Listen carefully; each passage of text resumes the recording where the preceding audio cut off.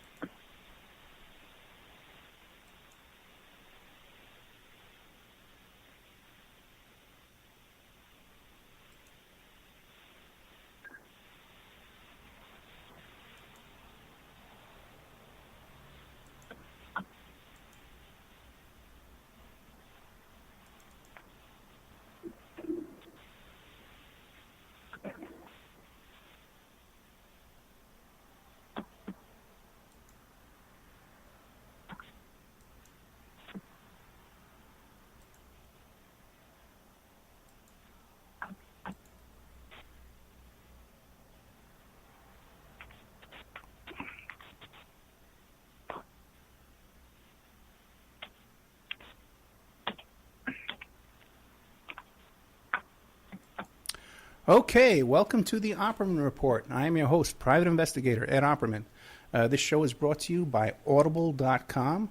You go to audibletrial.com/Opperman Report. You go there, you sign up for free, you get yourself a free audiobook.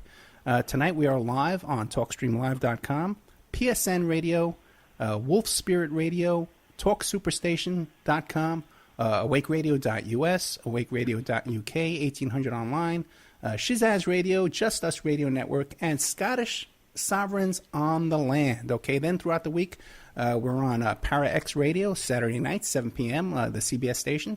Penny Entertainment on Blog Talk Radio, Sunday mornings, 10 a.m. Eastern Time.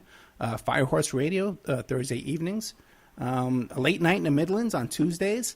And High Point Radio, both AM and FM, New Jersey and New York and Pennsylvania. And we just started out on FPRN Radio, every day, Monday to Friday, 10 a.m.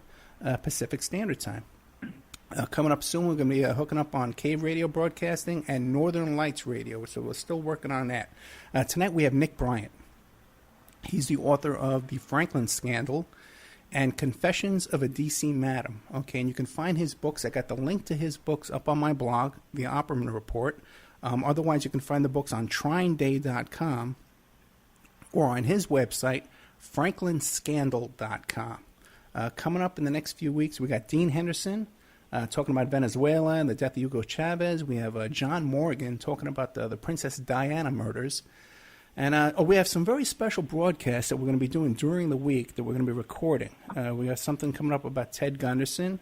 Also, the 1979 San Diego school shooting that inspired the song I Don't Like Mondays. We have a show coming up about some prison correspondence with Drew Peterson and Richard Ramirez, the Night Stalker. So a lot of really good stuff coming up that we're going to be recording and producing and keeping sort of in the background. Now, don't forget, the show is listener-sponsored. You can donate at oppermanreport@gmail.com. And so to keep us going.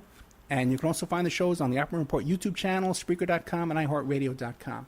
So tonight we're here with Nick Bryant, the author of the DC, what is that called again? It's called Confessions of a DC Madam? Confessions of a D.C. Madam, yes, and also the Franklin Scandal, a story of power brokers, child abuse, and betrayal. Now, right, now a lot of people hear this, they say the Confessions of a D.C. Madam. Is it the same D.C. Madam as the one that everyone's familiar with? But this is a different one. So why don't you give us an idea what's going on with this D.C. Madam? It's a gay... Okay, yeah.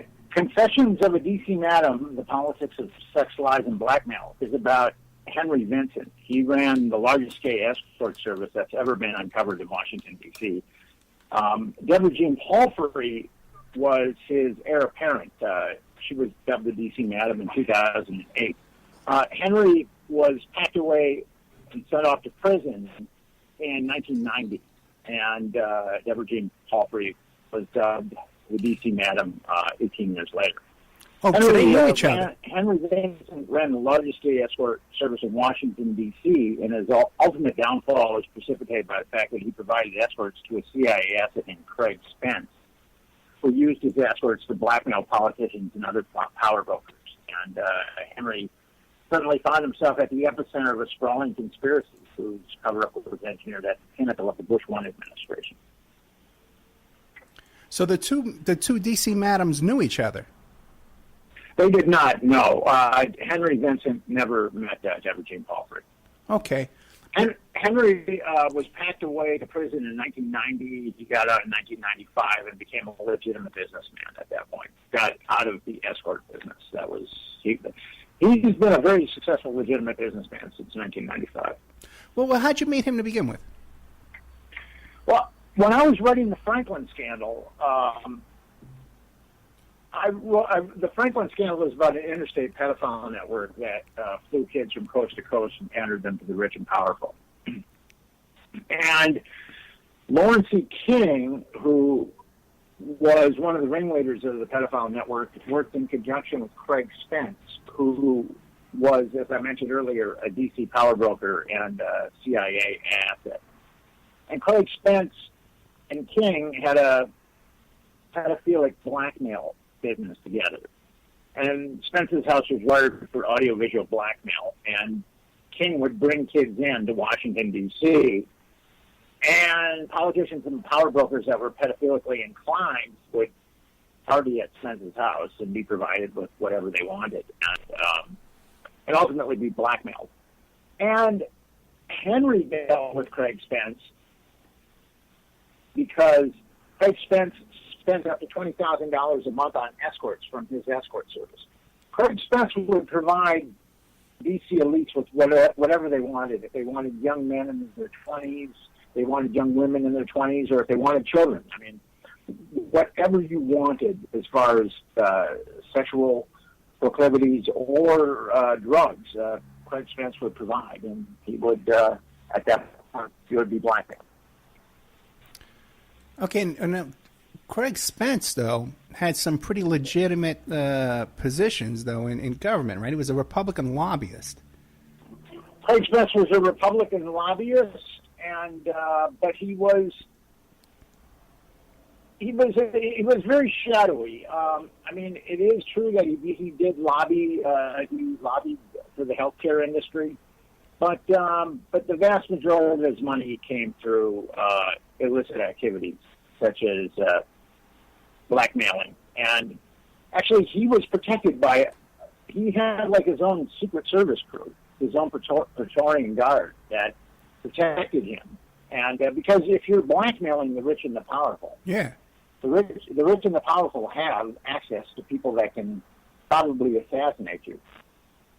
So if you're blackmailing the rich and the powerful, you have to have a lot of power behind you to ensure that you're as your life insurance policy.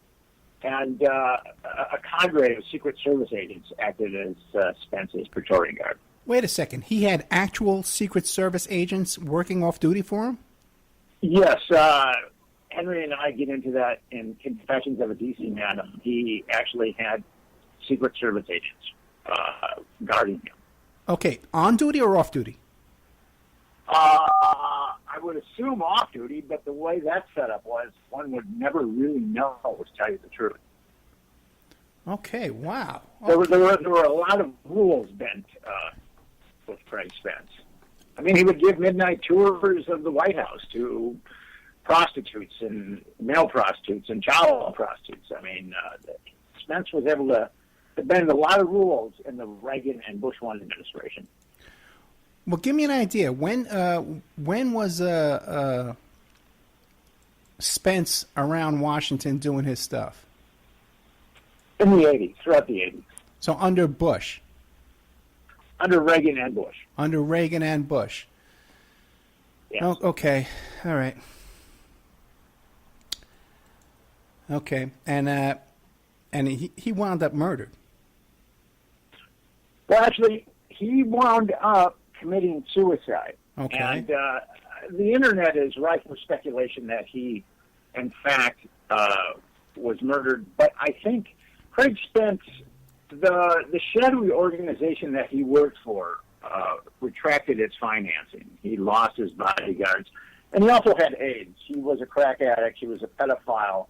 And he had AIDS. And I think that the deal was, Craig, you've got to take your life or else, we're going to have to do it for you. So I think that Craig Spence did ultimately commit suicide. And Henry knew Craig Spence fairly well. I mean, didn't like him, had to deal with him. Craig Spence spent $20,000 a month on escorts from Henry's escort service. And Henry also believes that Craig Spence committed suicide, that he was given an either-or, and he decided to take his own life rather than have his life taken for him. Okay. Well, so now Henry Vincent it is, right? Yes. Okay, now he's a D.C. madam. Now, how did he get involved in becoming a D.C. madam and winding up in Washington? It's pretty high-level stuff. How did he get involved in that? Now, that is kind of a comedy of errors that even Henry is. It's a Confessions of a D.C. Madam is a very interesting book.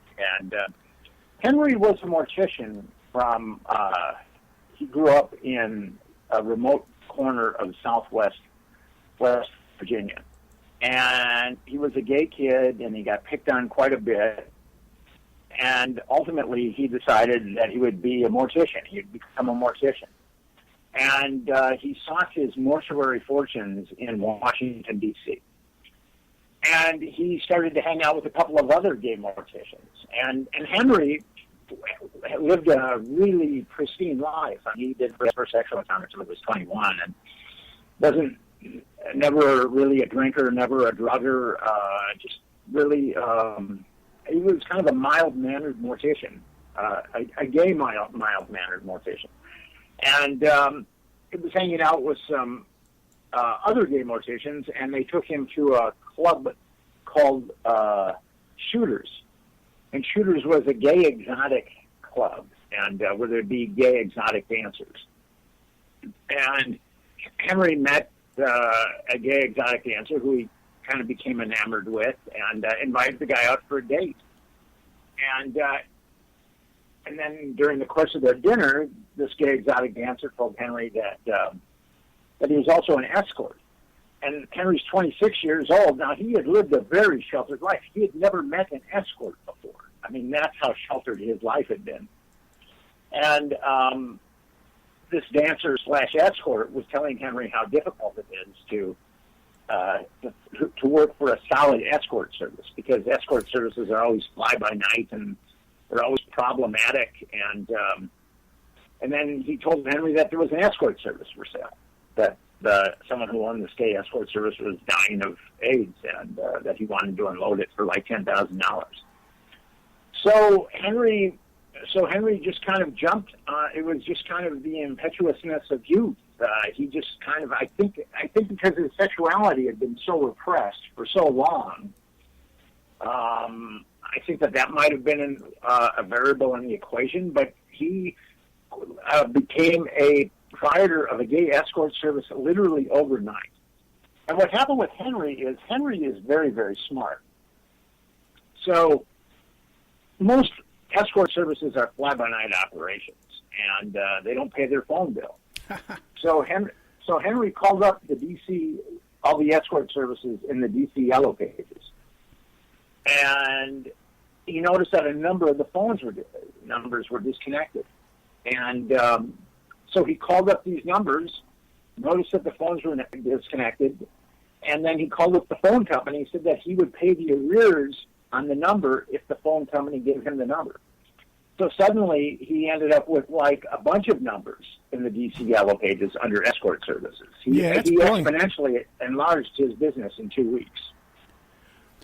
You want to know what? Here, because I told you I was here in Vegas, right? When I first moved here, when I first moved here to Vegas, there was a big scandal because what happened is the few organized crime guys who ran the escort services, they had a source at the phone company that could forward other escort companies' phone calls to their escort company. Yeah, so it's. I wonder if Henry knew something about that, or he just thought it on his own. You think? Henry had no connections to organized crime. Okay. He has, like I said, he was a mortician. Right. And he just had a lot of ingenuity. And he just grew his escort until it became the largest escort service in Washington, D.C. Okay, so now we set up. How did it become because he took everybody else's phone numbers, but how did he get hooked up with all these politicians and stuff? Well, what happened there was the shooters, the guy who introduced him, the dancer / escort that introduced him to the guy who was selling the escort service, that Henry found out that most of his friends and most of the guys that worked at this exotic dance bar were also escorts. So Henry just had an instant pool of employees. And he ran it very much like a business, and he treated the escorts well. He paid them fairly, and he was very businesslike in his running of the escort service. So it just grew exponentially. And he was in Washington, D.C., and there are going to be people, gay people, that are going to be soliciting escorts in Washington, D.C., and because it's Washington, D.C., a number of them just happen to be politicians and power brokers. Now, where Henry really regrets is the day that Craig Spence called him. Okay. Craig Spence was the power broker, CIA asset, whose house was wired for audiovisual blackmail. And Spence started calling Henry every day and started spending up to $20,000 a month on escorts. And Henry didn't really like Spence, but he was spending up to $20,000 a month. Yeah, you like anybody for $20,000 a month. Okay, I can get along with a lot of people. But now Spence was doing this for sex for himself, or he's using this for other people, like as a broker. All the above. Okay. Spence hosted orgies. Spence would provide any of his power broker cronies with anything they wanted, and so he spent $20,000 a month. Now, when Henry, the second time he met Craig Spence, and this is kind of an interesting story, the second time he met Craig Spence, Spence was sitting on his couch along with Lawrence E. King, who ran the pedophile network that I talked about in the Franklin scandal. Right. And these two guys have like seismic narcissism, Craig Spence and Lawrence E. King. I mean, just seismic narcissism. I mean, all they can really do is talk about themselves. And they were pumping themselves up like parade balloons. And then all of a sudden, Craig Spence just starts asking Henry some sincere, heartfelt questions about his life. And Henry is really baffled by this because he thinks that Craig Spence is an individual that only acts for some kind of selfish utilitarian reason. So Henry thinks that he's witnessed like something tantamount to the parting of the Red Sea because Craig Spence seems to be taking an interest in his life. He's asking Henry where he grew up and where he went to college, and then he starts asking Henry about his escort service. And Henry started talking about his escort service and how many escorts he employs and where he employs them, and then all of a sudden, after about 15 minutes of this Q&A, Craig Spence stands up and they're in Craig Spence's living room. He walks to a closet, and he opens the closet and he signals Henry, and then there's a hidden panel in the closet that he opens, and he signals Henry, and Henry walks into this hidden room that's behind this two-way mirror, and there's a camera on a tripod pointed out the living room, so you could through the two-way mirror. But then there's a whole wall of monitors. And then Spence hits a couple of buttons, and then all of a sudden Henry sees himself talking about his escort service. Right. And Craig Spence says, "I blackmail people for a living." And consider yourself blackmailed. So that was Henry's second meeting with Craig Spence. Okay, now let me ask you a question about that, okay? Because now, I'm a private investigator, right? So I'm very familiar with blackmail and people being blackmailed and stuff like that. And it's hard to pull off, because you can try and blackmail someone and you can easily get arrested. Now, Larry King and this guy Craig Spence, like, they were physically big enough, they were by themselves in it, that they could intimidate Henry, that they couldn't just, start scuffling right there? Henry is a very he's kind of short and very thin. Okay. And he's easy to intimidate. But as I said before, Craig Spence had a Praetorian Guard of Secret Service agents that protected him. So he had them there with him at the time. What's that? So he had these. They were on. They were at his house 24/7. Okay. By Secret Service 24/7. Yeah. Hey, were you ever able to track down the names of the Secret Service agents? Were you ever able to track down the specific Secret Service agents that were involved in this? No, I never. Well, I know of a couple, but they weren't really willing to talk. Okay. But there were some other people involved with Spence that were really dangerous too, and we'll get into those people in Confessions of a DC Madam. And Henry, unfortunately, King and Spence pressured Henry to provide him with children, and he just wouldn't do that. And he was fine with sex between consenting adults, but he would not provide King and Spence with children. And at a certain point, after King and Spence had repeatedly pressured him to provide him with children, Henry just walked away from Spence and decided not to deal with him anymore. Now, Henry had met another individual that was enmeshed with Spence, whose name, and Henry doesn't know his last name. He just knew his name as Tony. And Craig Spence had said that Tony was a CIS, much like Craig Spence was. And Tony hung out with a couple of big brutes, and I think he did a lot of Spence's really dirty work, because Henry decided to quit dealing with Spence, and Spence sent Tony over to Henry's place and to discharge guns at night, and ultimately they broke into his house and smashed it up and beat up Henry and, said, "You're going to deal with Spence or else we're going to kill you." So it got to be being a DC Madam got to be pretty rough for Henry.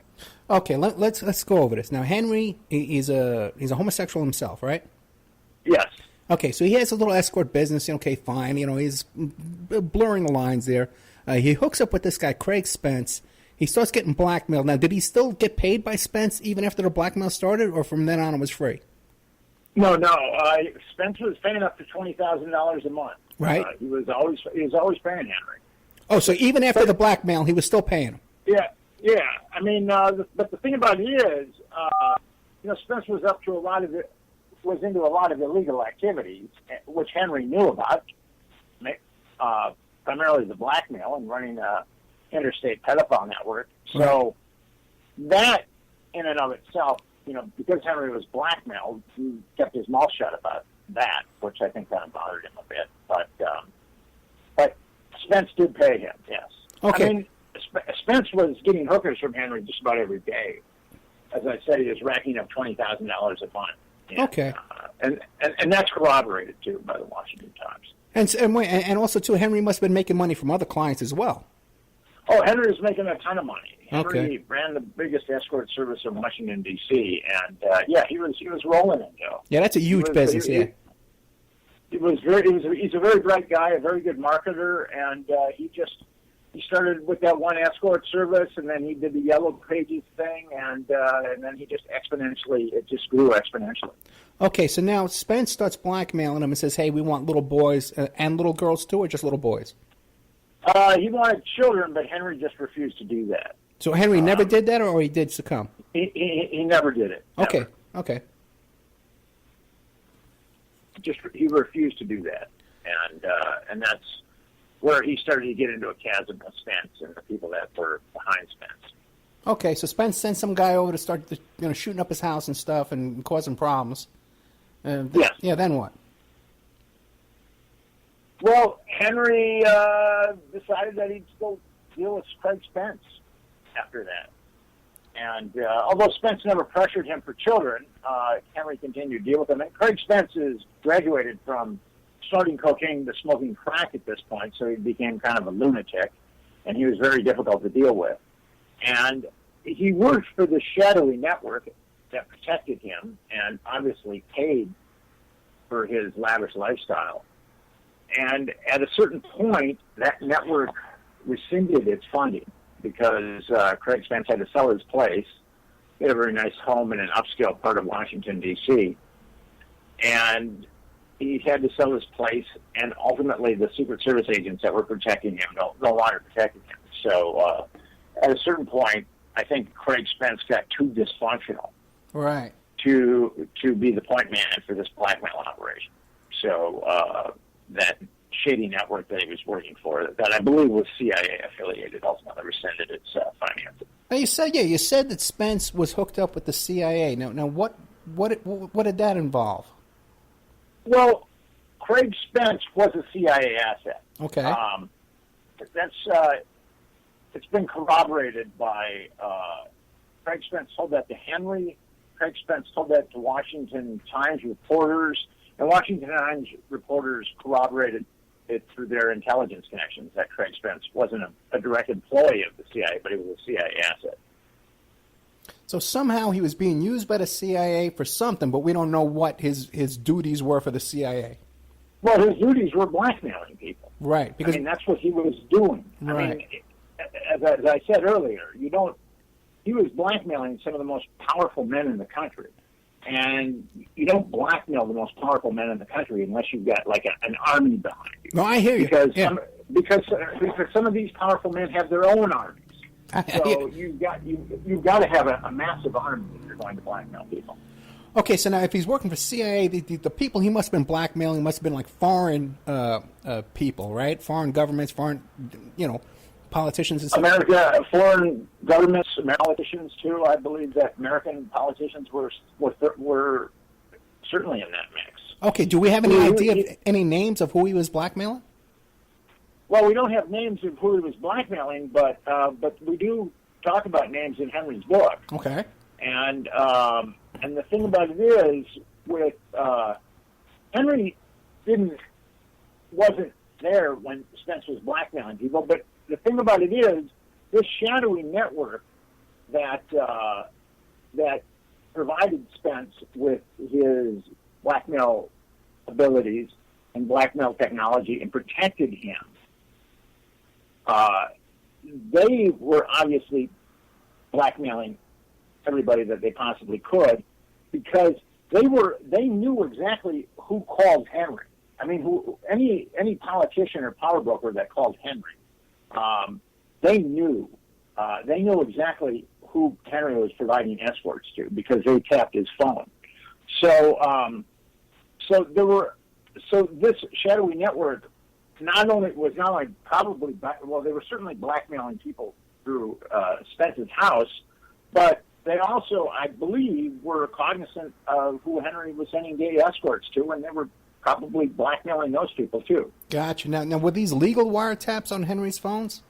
No, they were not. How does Henry know he was being wiretapped? Because there was a box truck right outside his apartment, and guys with suits would go in and out of it occasionally. I know, because they didn't care if he knew or not. You know what I mean? Yeah. I mean, that's kind of a giveaway. Yeah. Okay, I can totally see that. Okay, now, so then what's the next big event? Henry gets busted, or?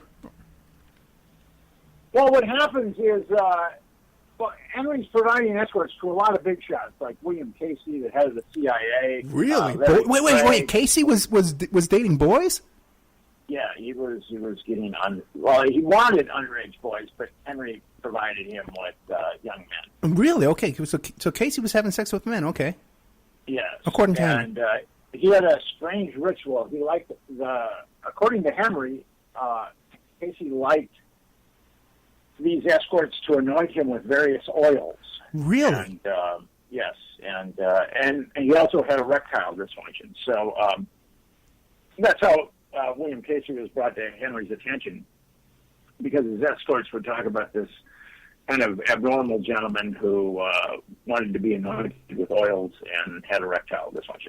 Okay, then let me ask you this. Now Henry's a smart guy. Yes. Why? And once you hear the name, okay, listen, I'm involved in crime, and now the name William Casey, the CIA director, is brought to my attention. I'm going to get the hell out of this business and get the hell out of town. Well, Henry was young. Okay. And he had the hubris and naivete of youth. I hear you. And he, when you're young, I mean, a lot of people, when they're young, they don't think that the laws of physics apply to them. I hear you. And, okay. Good answer. And Henry just had that hubris that ultimately would be his downfall. Right. Okay. So then, what other big names can you talk about? There was Larry Craig, Reagan's chief of personnel, associate chief of personnel, Charles Dutcher. Wait a second. Larry Craig was the guy that was tapping his foot in the bathroom? Yes. Okay, Larry Craig. Okay. And Barney Frank, and there were others. Alan Barron. Well, Barney Frank, you expect it, but Barney Frank, didn't he live with his own? He had his own guy there, right? He had a guy. Actually, the guy that he lived with was one of Henry's escorts. Oh, Frank Joby. So that whole wait a second. One of the escorts that Henry employed. So that whole big scandal where Barney Frank got caught living with a guy that was an escort and running an escort service, that was all connected to Henry's story. That's all connected to Henry's story. Yeah. Oh, see, okay, good. Now that's all documented. We know that. Okay, that's interesting. Oh boy. Actually, a lot of Henry's story is documented. No, yeah, Craig Spence spending $20,000 a month on escorts is documented. Craig Spence is documented by the Washington Times. Craig Spence having blackmail equipment in his house is documented by the Washington Times, heavily corroborated by that. Craig Spence being a CIA asset, heavily corroborated by the Washington Times. So there's a lot of Henry's story that is heavily corroborated by the Washington Times. And the thing about it is, the Washington Post covered it all up. Really? Yes. Well, was Henry working with any clients that maybe worked at the Washington Post, and then maybe that's the reason? No, the Washington Post has a long history of affiliation with the Central Intelligence Agency. Okay. A lot of people don't really understand that about the Washington Post, but the Washington Post has a long history of working with the CIA. When the Central Intelligence Agency initiated Operation Mockingbird, which was its plan to infiltrate the media, the first person in the media that they contacted was Donald Graham, who was the publisher of the Washington Post. And Donald Graham acted as the CIA's point man in the media to infiltrate other media. And Donald Graham also stocked the Washington Post with a lot of intelligence individuals, including Ben Bradley. Ben Really? Bradley was definitely working for the CIA in the 1950s. The salty editor that supposedly spurred Woodward and Bernstein on to topple Nixon, he was also responsible for covering up Henry's and Spence's. Actually, he was responsible for covering up Spence's CIA blackmail and all that other stuff that we've been talking about. Gotcha. So the Washington Times was breaking all these stories that were pretty amazing. I mean, they'd be nominated for a Pulitzer Prize for these stories. And they were coming out with all these stories, and then the Washington Post was coming out with all these stories deriding the Washington Times stories, saying that they're delusional and that they're sensational. And of course, and this happened, we saw this happen with Gary Webb. Right. The New York Times and the LA Times just jumped right on the Washington Post bandwagon to kick the lowly Washington Times to the curb. And what's kind of ironic is the Washington Times at the time was owned by the Reverend Moon, and it was providing Americans with accounts of how their political system was being hijacked. And the Washington Post really you've got to really read the book to really understand how assiduously the Washington Post worked at covering up what the Washington Times was trying to break open. Okay, can you name some other names? Well, here's an interesting one, and this is the one that got Henry into a lot of trouble. Do you know who Donald Gregg is? No, I don't. You don't know who Donald Gregg is? Okay, Donald Gregg was a CIA agent for 31 years, played an integral role in the Phoenix program, a nefarious CIA initiative that slaughtered over 20,000 South Vietnamese who were in many cases mistakenly thought to be collaborating with North Vietnam. And he was also the National Security Advisor for George Herbert Walker Bush, Vice President George Herbert Walker Bush. And he was one of the principal architects of Iran-Contra. And he was, when George Herbert Walker Bush ascended to the presidency, he appointed his good friend Donald Gregg to be the ambassador to South Korea. Okay. So here's where it gets interesting. Donald Gregg is gay, and he is racking up all kinds of charges on his government MasterCard. Now, this story has a comedic element to a certain degree, because Henry met a mortician who helped him run credit cards, and they set up a merchant account that was ostensibly for funeral accessories. Brother. So if you ran a credit card through Henry's escort service, you would be paying for embalming or cremation or a casket or something like that. So Donald Gregg has got his government-issued MasterCard, and he's racking up all these funeral accessories because he's getting all these gay escorts from Henry. So a government accounting office official calls Henry and asks him, why is Donald Gregg racking up so many funeral accessories on your MasterCard merchant account? And Henry said, well, that's something that's very personal. I suggest that you discuss it with Donald Gregg.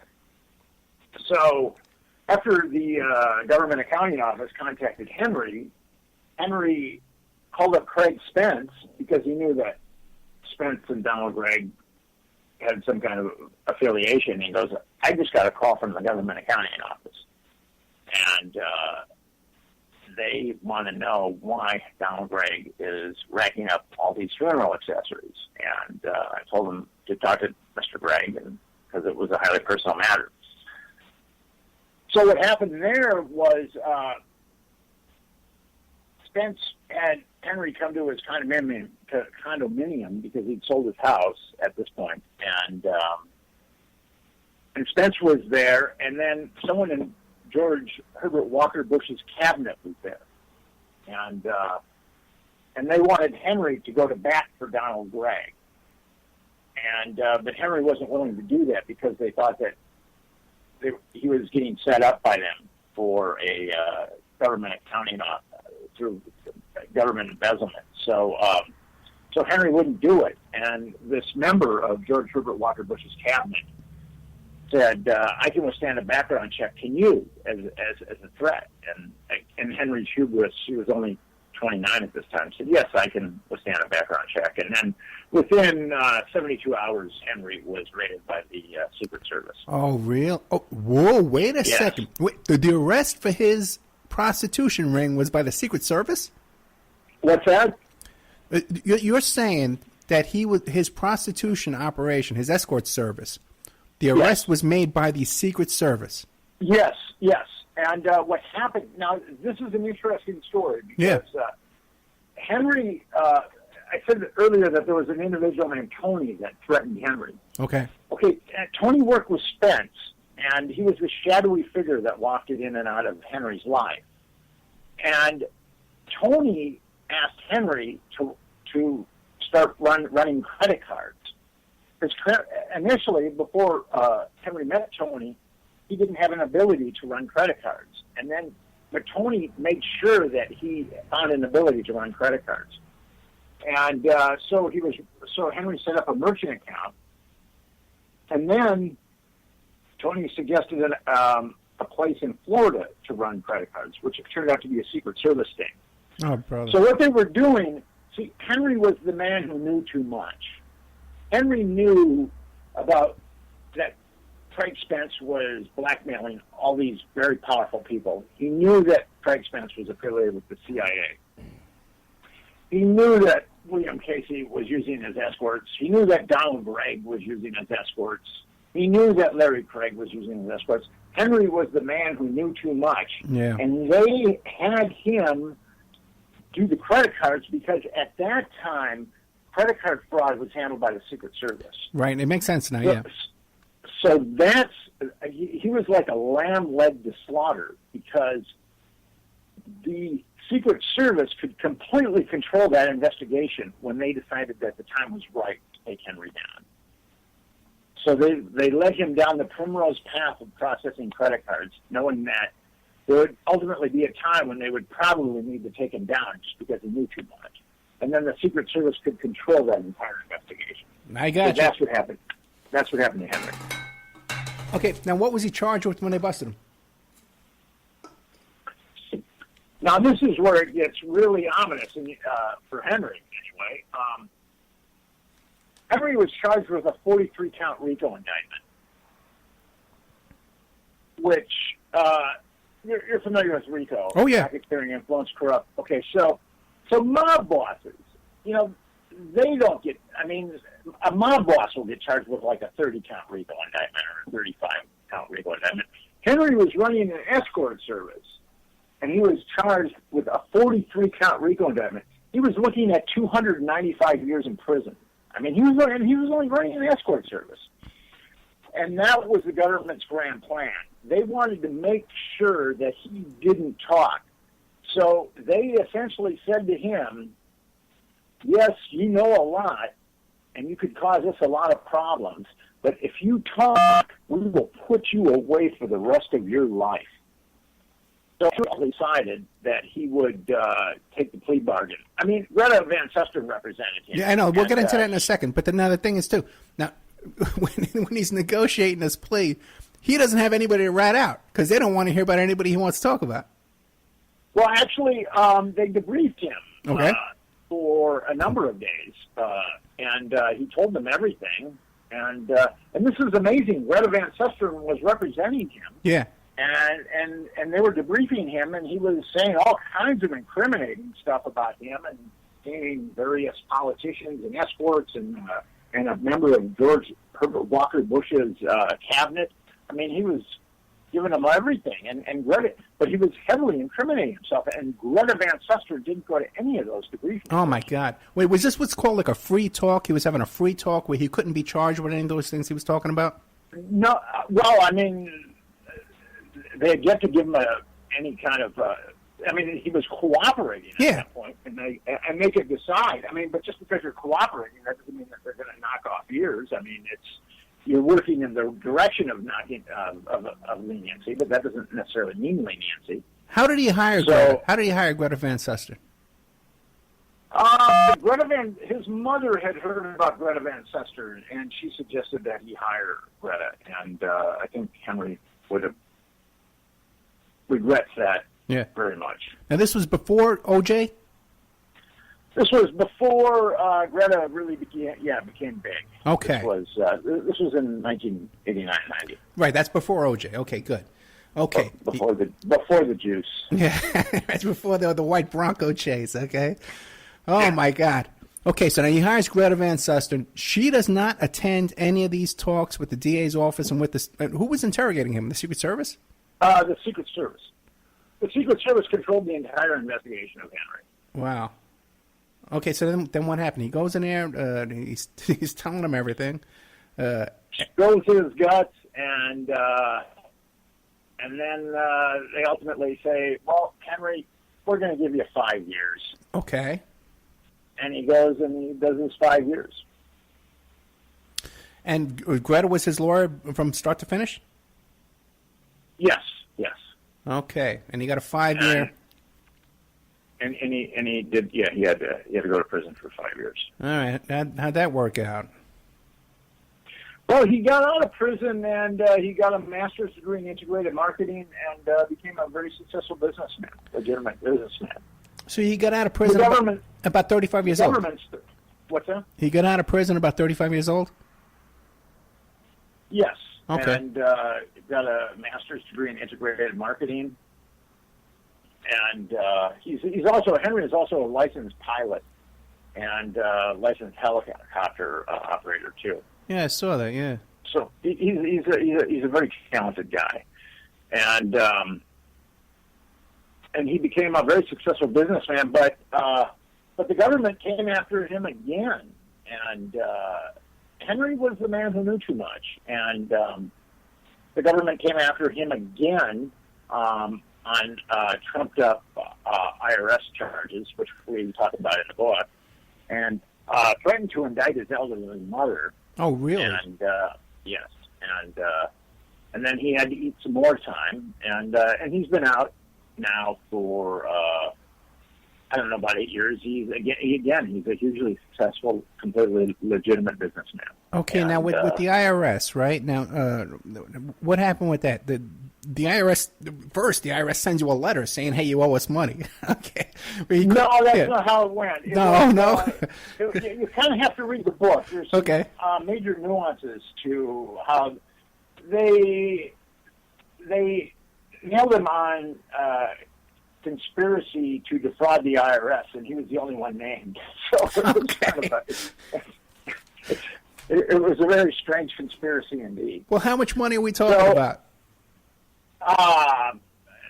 Not that much. It was what happened was Henry had gotten too credible. This is my take on it. Yeah.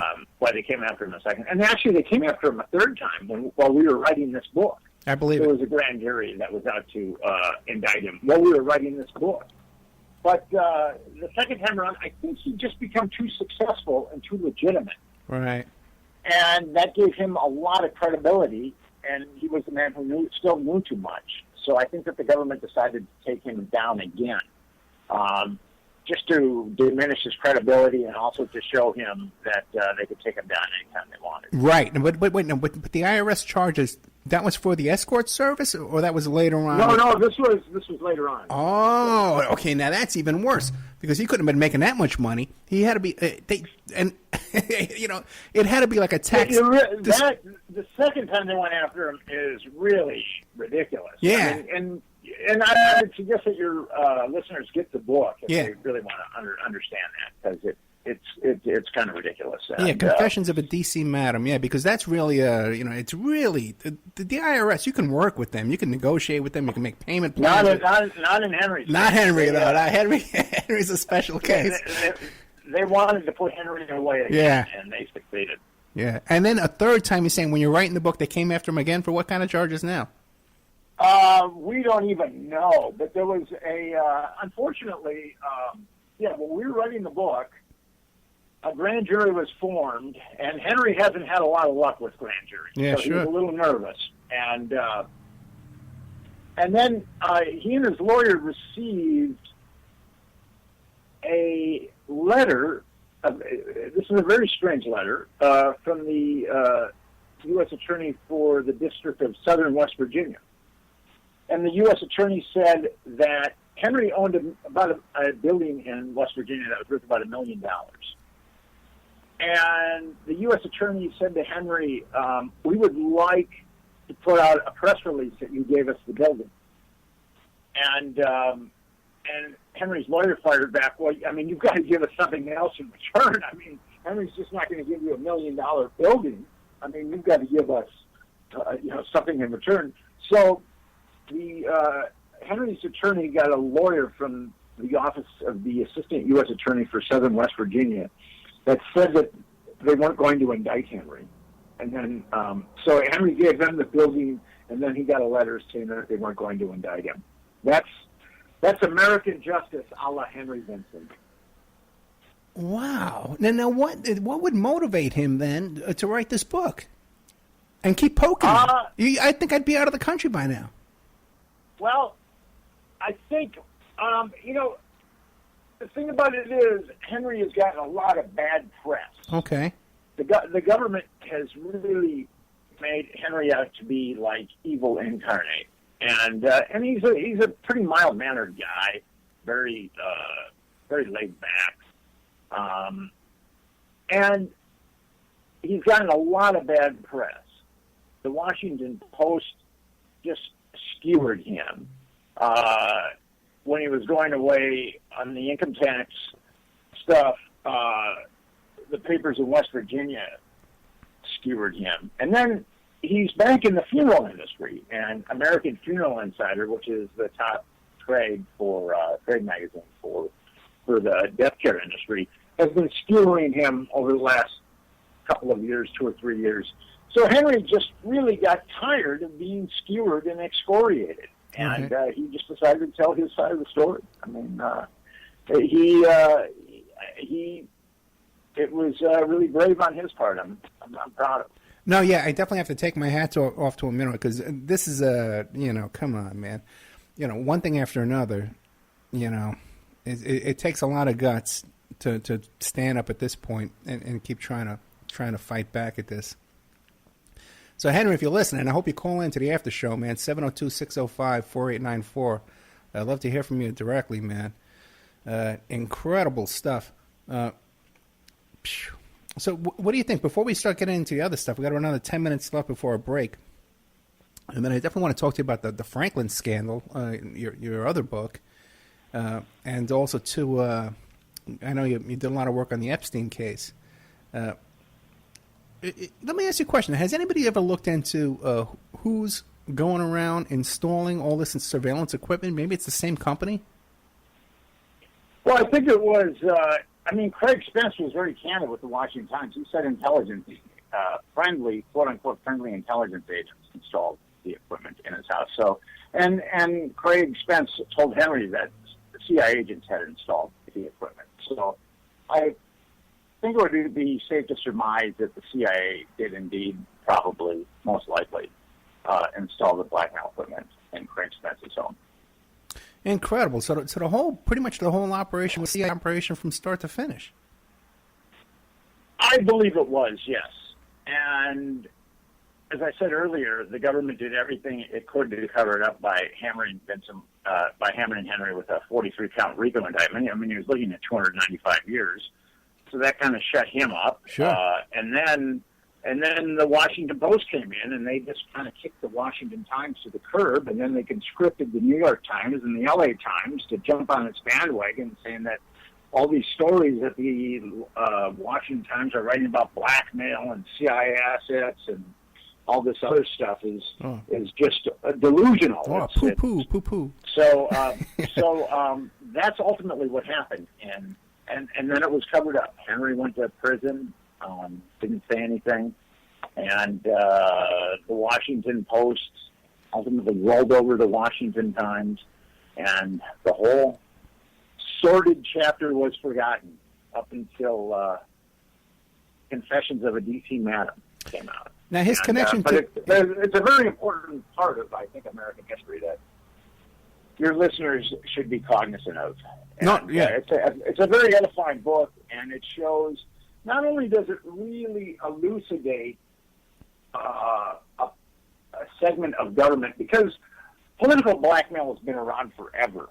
J. Edgar Hoover made a living at it, and it's no doubt it's still going on. I mean, the CIA has been doing it, the FBI has been doing it. There's accounts now that the NSA is doing it. But Henry's book, Confessions of a D.C. Madam, brings the reader into the machinations of a blackmail operation, a government blackmail operation.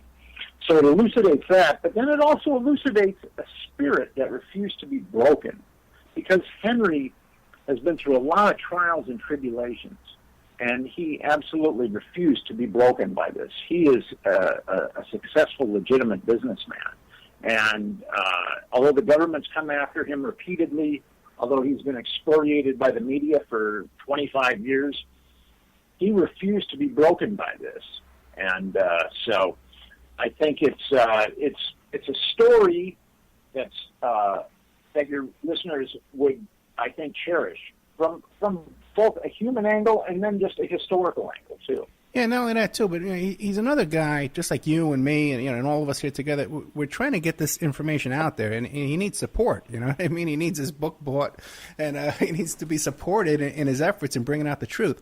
Now he knew Deborah Palfrey, the DC madam. Does he have any information about how she died or how she wound up?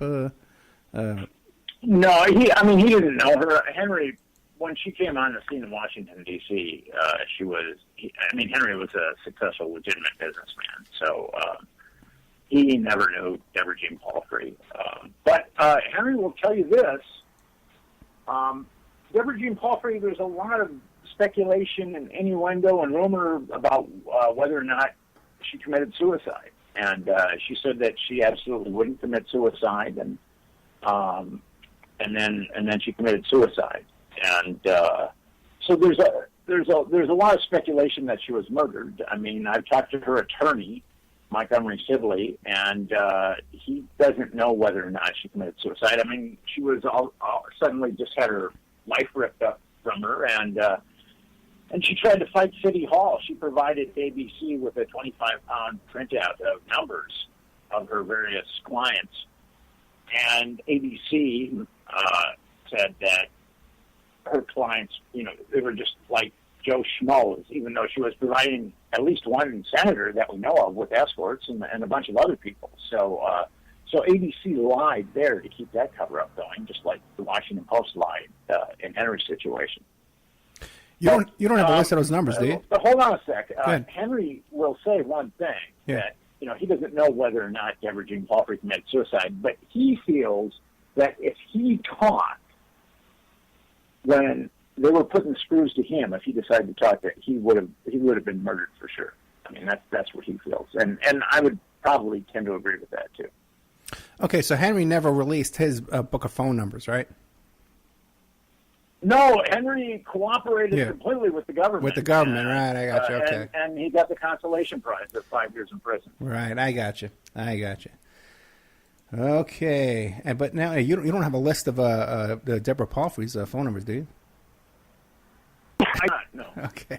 All right. Okay, so we're here tonight with Nick Brynat. He's the author of Franklin's Scandal and also Confessions of a D.C. Madam, which he co-authored with Henry Vinson, Vinson. He's a couple of guys really putting it out there, investigating kind of stuff that really brings a hazard and risk to yourself, just like Henry had to do 5 years in prison. And then had another charge. Did he go to prison again for the IRS, or he got? Yes, he did. How many years? He was given 41 months. Okay, brother. Okay, man. Well, that's a stiff sentence, man, for IRS kind of stuff. Okay, guys, because you can make a deal with it. It really actually had nothing to do with the IRS. Oh, really? I mean, it was IRS stuff, but it was the government. Diminishing Henry's credibility and showing him that they could throw him in prison anytime they wanted. Gotcha. Okay. All right. And then Henry's out now. He's a pilot. He's running his own business. He's doing very well. And he's putting his neck on the line here by writing this book and doing all this kind of stuff. So we really need to support him. Confessions of a D.C. Madam. He's got his own blog, Henry Vinson. blog.confessionsofadcmadam.com. And so you can go there, and I'm sure there's all kinds of information on how to get his book and how to help support Henry and look into the other kind of work he's doing.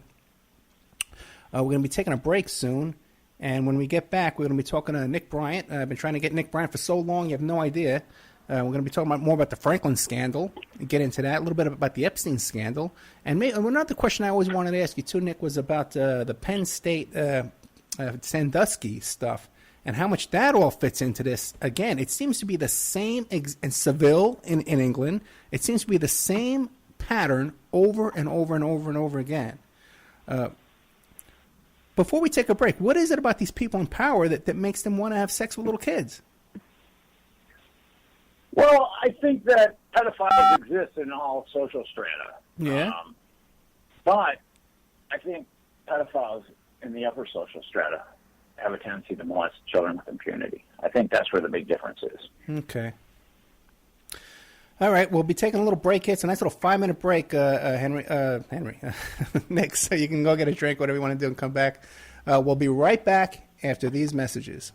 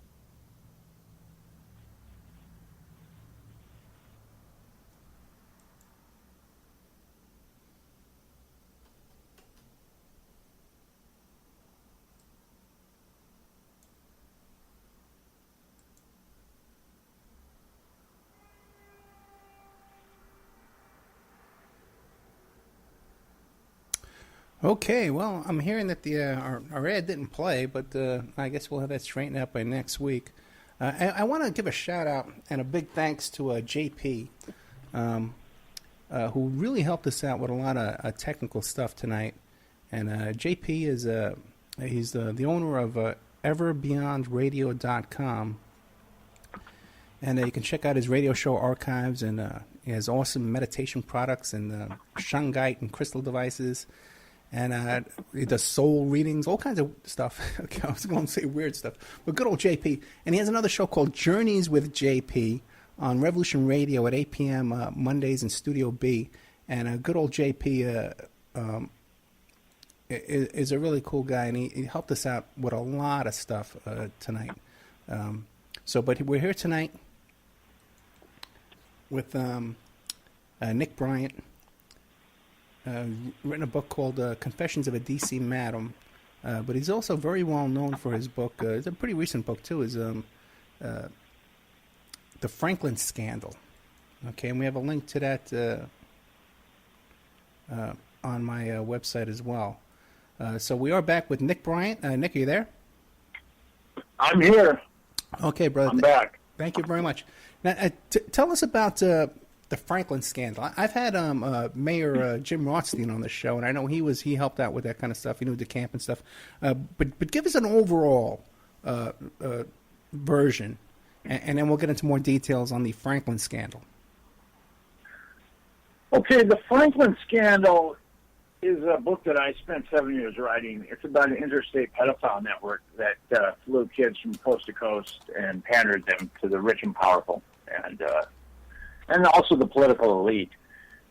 And in Henry's book, we talk about Craig Spence, a CIA asset who had his house wired for audiovisual blackmail. Well, Lawrence E. King of Omaha would fly these kids around the country, and with the Franklin scandal, I acquired most of the documents that were sealed by a grand jury, and I also acquired the sealed grand jury testimony.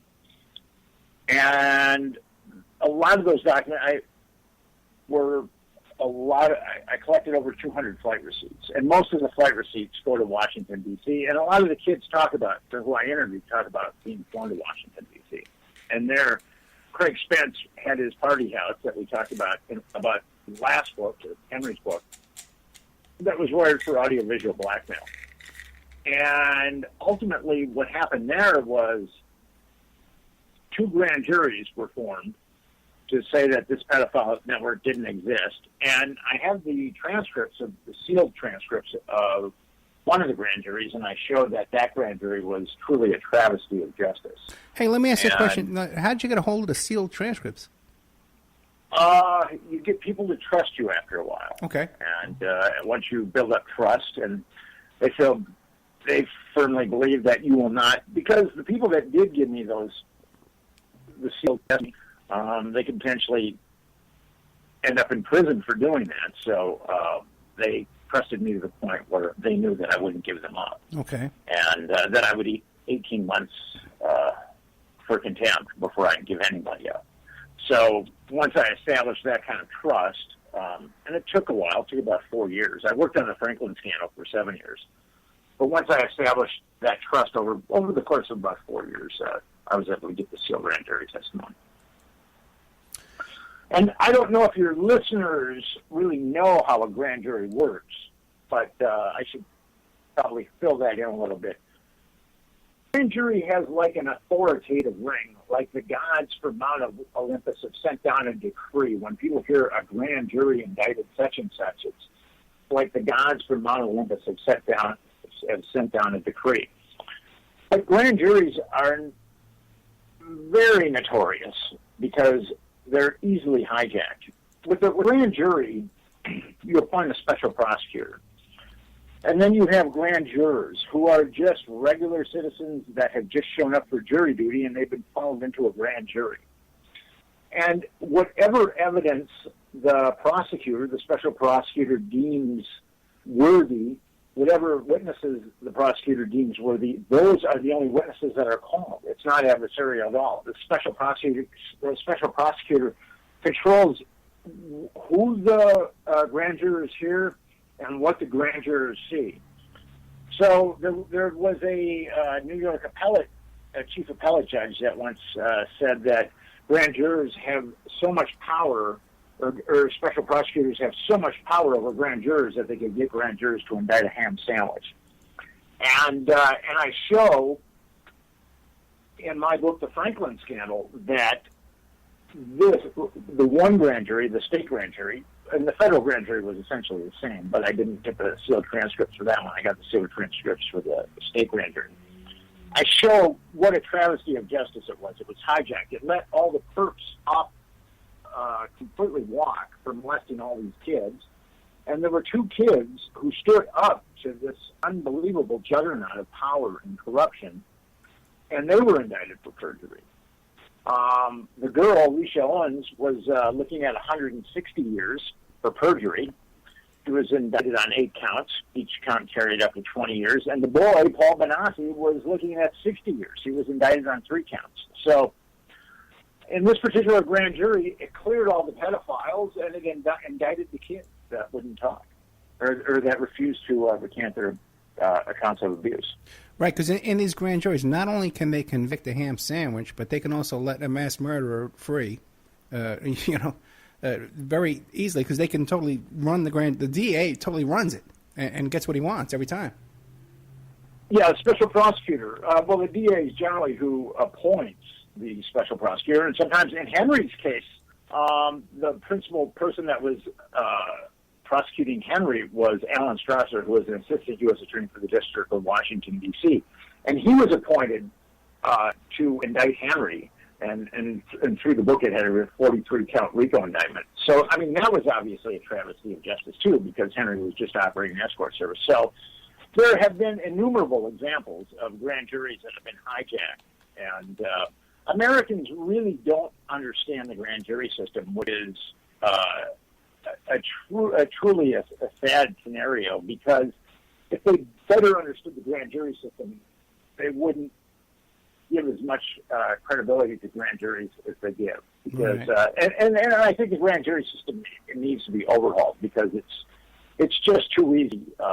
It's just too easy to indict people that shouldn't be indicted, and to let people walk that shouldn't walk.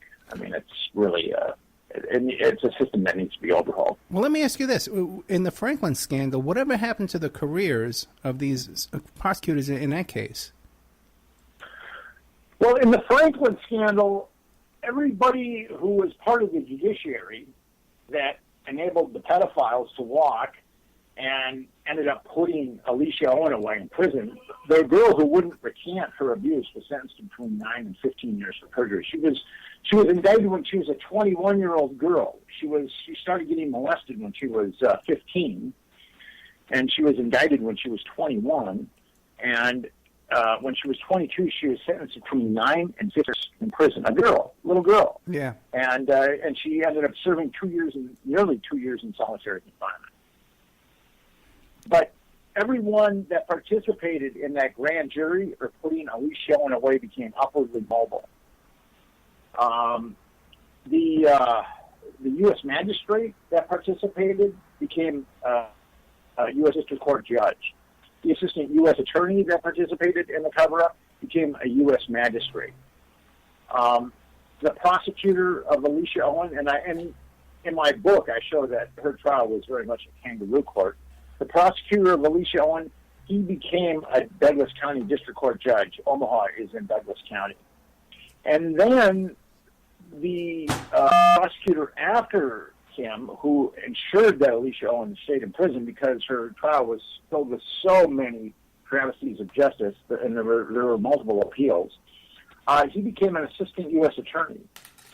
So, and then on the flip side, because Henry's story is kind of a continuation of this, on the flip side, the U.S. attorney for the District of D.C., who covered up Henry's story, he became an assistant U.S.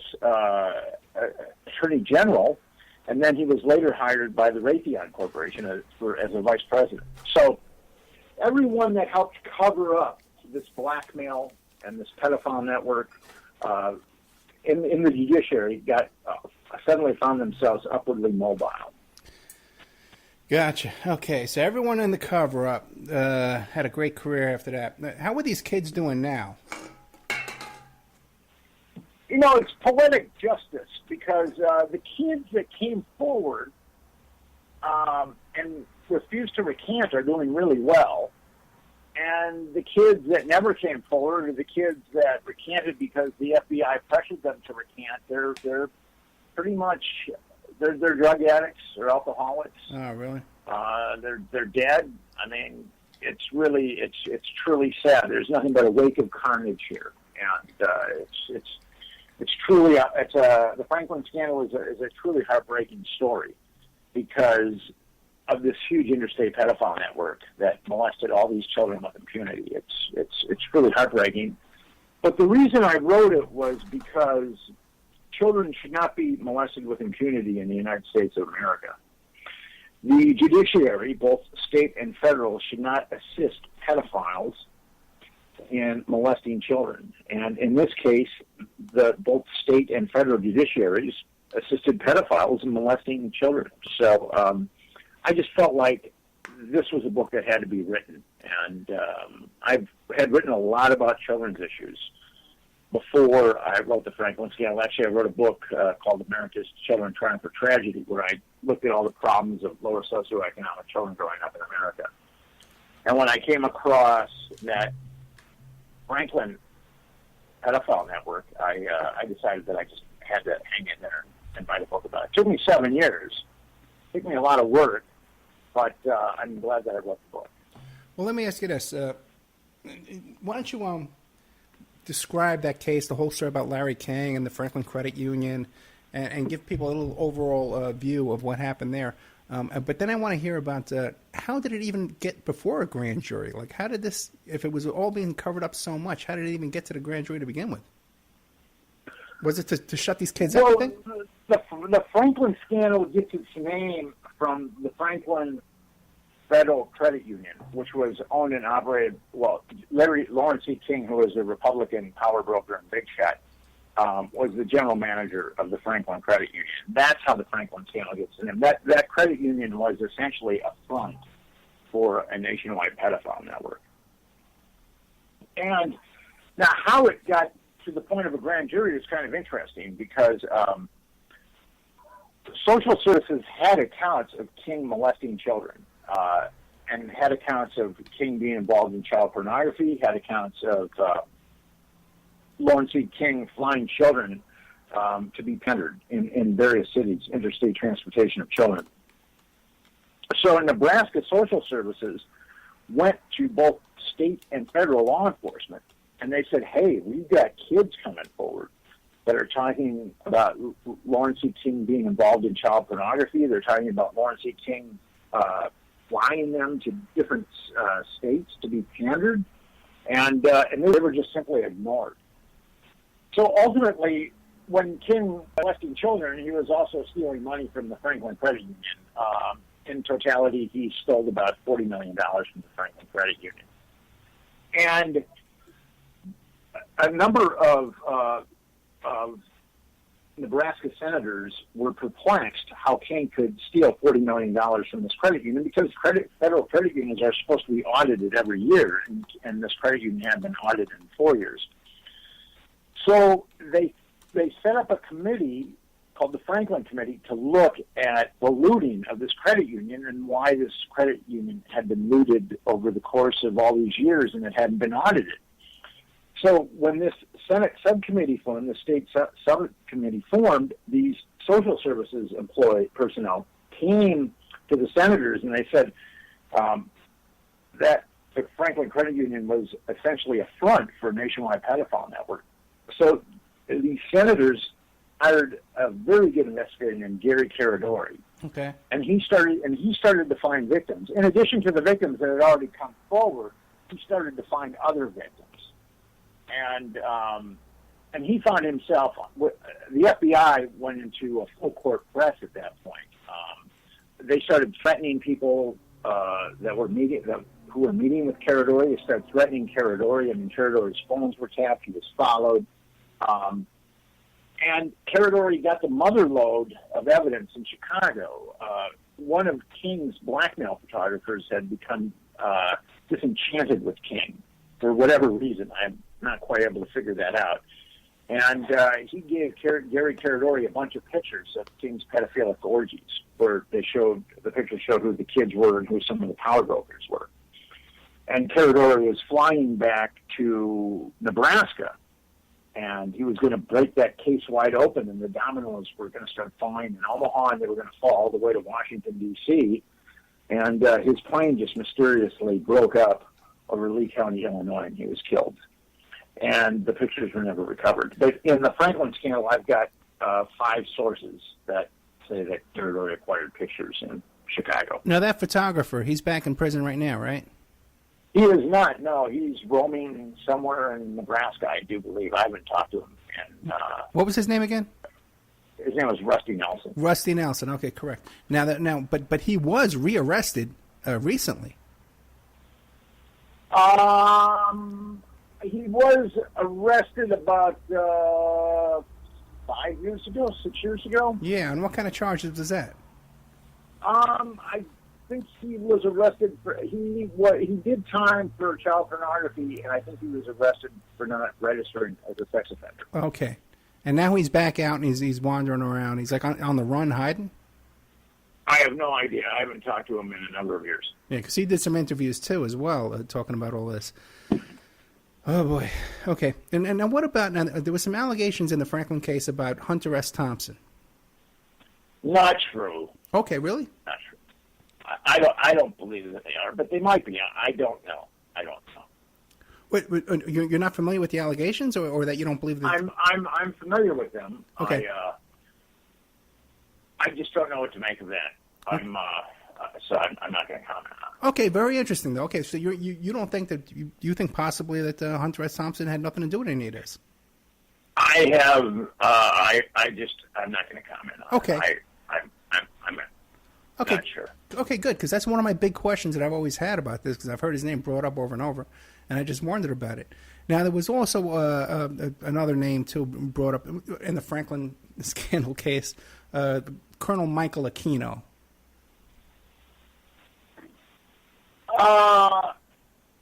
According to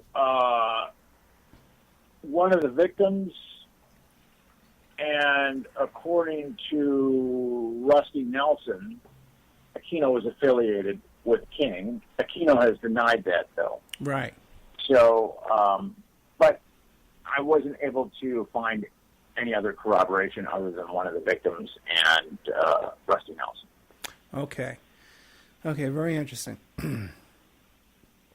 But the thing about the Franklin scandal is it's been sensationalized with Hunter Thompson and Michael Aquino and the Illuminati and shape-shifting reptilians and all this other stuff. And what really bothers me about that is the Franklin scandal is about an interstate pedophile network that operated for years that destroyed dozens and dozens and dozens of children, and it was covered up by the federal government. That's what the Franklin scandal is about. I mean, there are some sensational aspects about the Franklin scandal, but the Franklin scandal is ultimately about an interstate child prostitution network that provided children to the rich and the powerful, and it was covered up by state and federal law enforcement, including the FBI and Department of Justice. That's the take-home message with the Franklin scandal.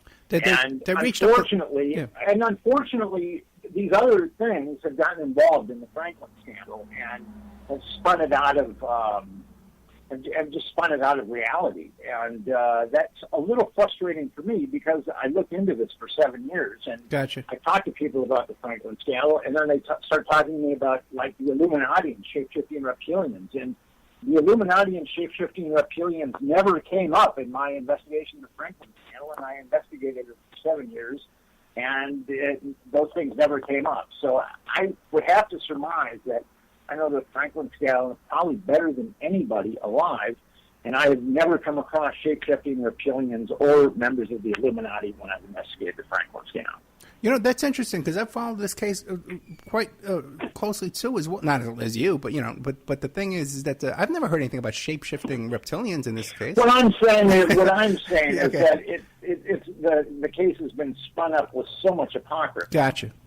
That it gets a little frustrating for me because it takes away from the seriousness of what went down there.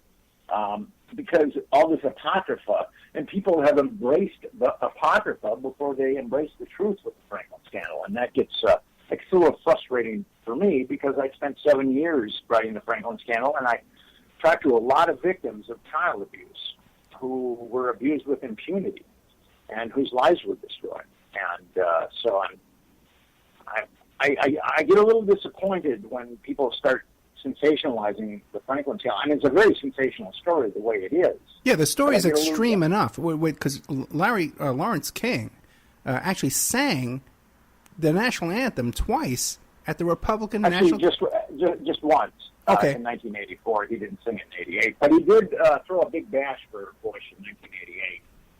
And Jack Kemp and Gerald Ford and Alexander Haig run the committee that was part of King's folly of reelecting George Herbert Walker, of the election of George Herbert Walker Bush. So yes, there were a lot of powerful people associated with Larry King, and he was part of the blackmail operation that we talked about earlier. Right. So it's a very sensational story. It's just all this apocrypha has inundated the story, and it's a little frustrating for me because the real story is that all these children were abused with impunity, and people talk about this and that and this and that really have that may or may not have something to do with the Franklin scandal, but at most there's tangential elements of the Franklin scandal. Now, let me ask you this. Now, if Lawrence King stole $40 million, where did all that money go? Because right now he's working at a car dealership. He's working at a BMW dealership in Virginia.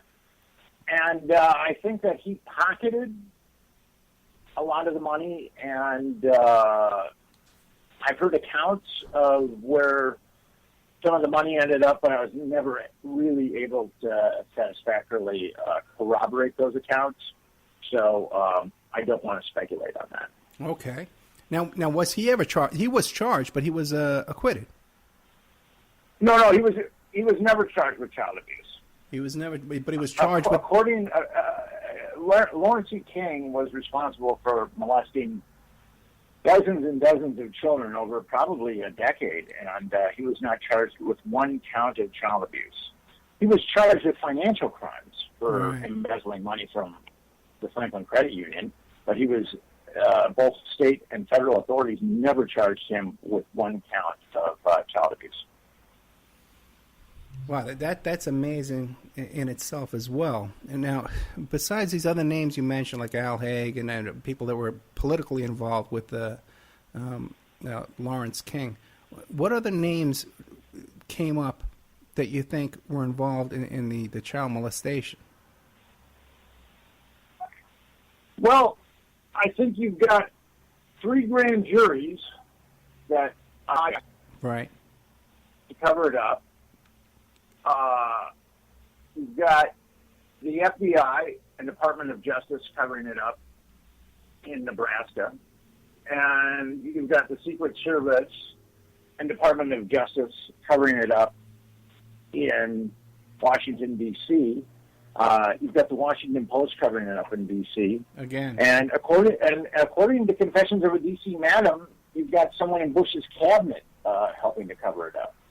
So I would think that it went very, very high up the food chain in the Republican Party. In fact, the chairman of the Franklin Committee, Lawrence Schmidt, received a phone call on the floor of the legislature, and the caller had told him not to investigate the Franklin Credit Union because it would go to the highest levels of the Republican Party. And Gary Caradori, the the investigator that was hired by the Franklin Committee, who was, I believe, murdered, wrote a letter to Jerry Spence, the famous lawyer, and he said that the pedophile network went to the highest levels of the government. So I think it would be safe to assume that it went to the highest levels of the government. Okay, and very similar to the Epstein case, which also goes up to the highest levels of the government. You have Bill Clinton involved, and flying on his plane and stuff like that, and also too Bill Clinton's Secret Service detail flying on that plane, and again the same thing as well with the prosecutors being kind of investigated themselves by Epstein's legal team. What can you tell us about the Epstein? So nothing stopped. If anything, it's getting worse. Yeah, the Epstein case is again.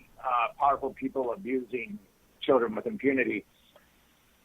With the Epstein, one of the differences between the Epstein case and the Franklin case is the Franklin case was Republicans being provided with little boys. Okay. And in the Epstein case, it's Democrats being provided with little girls.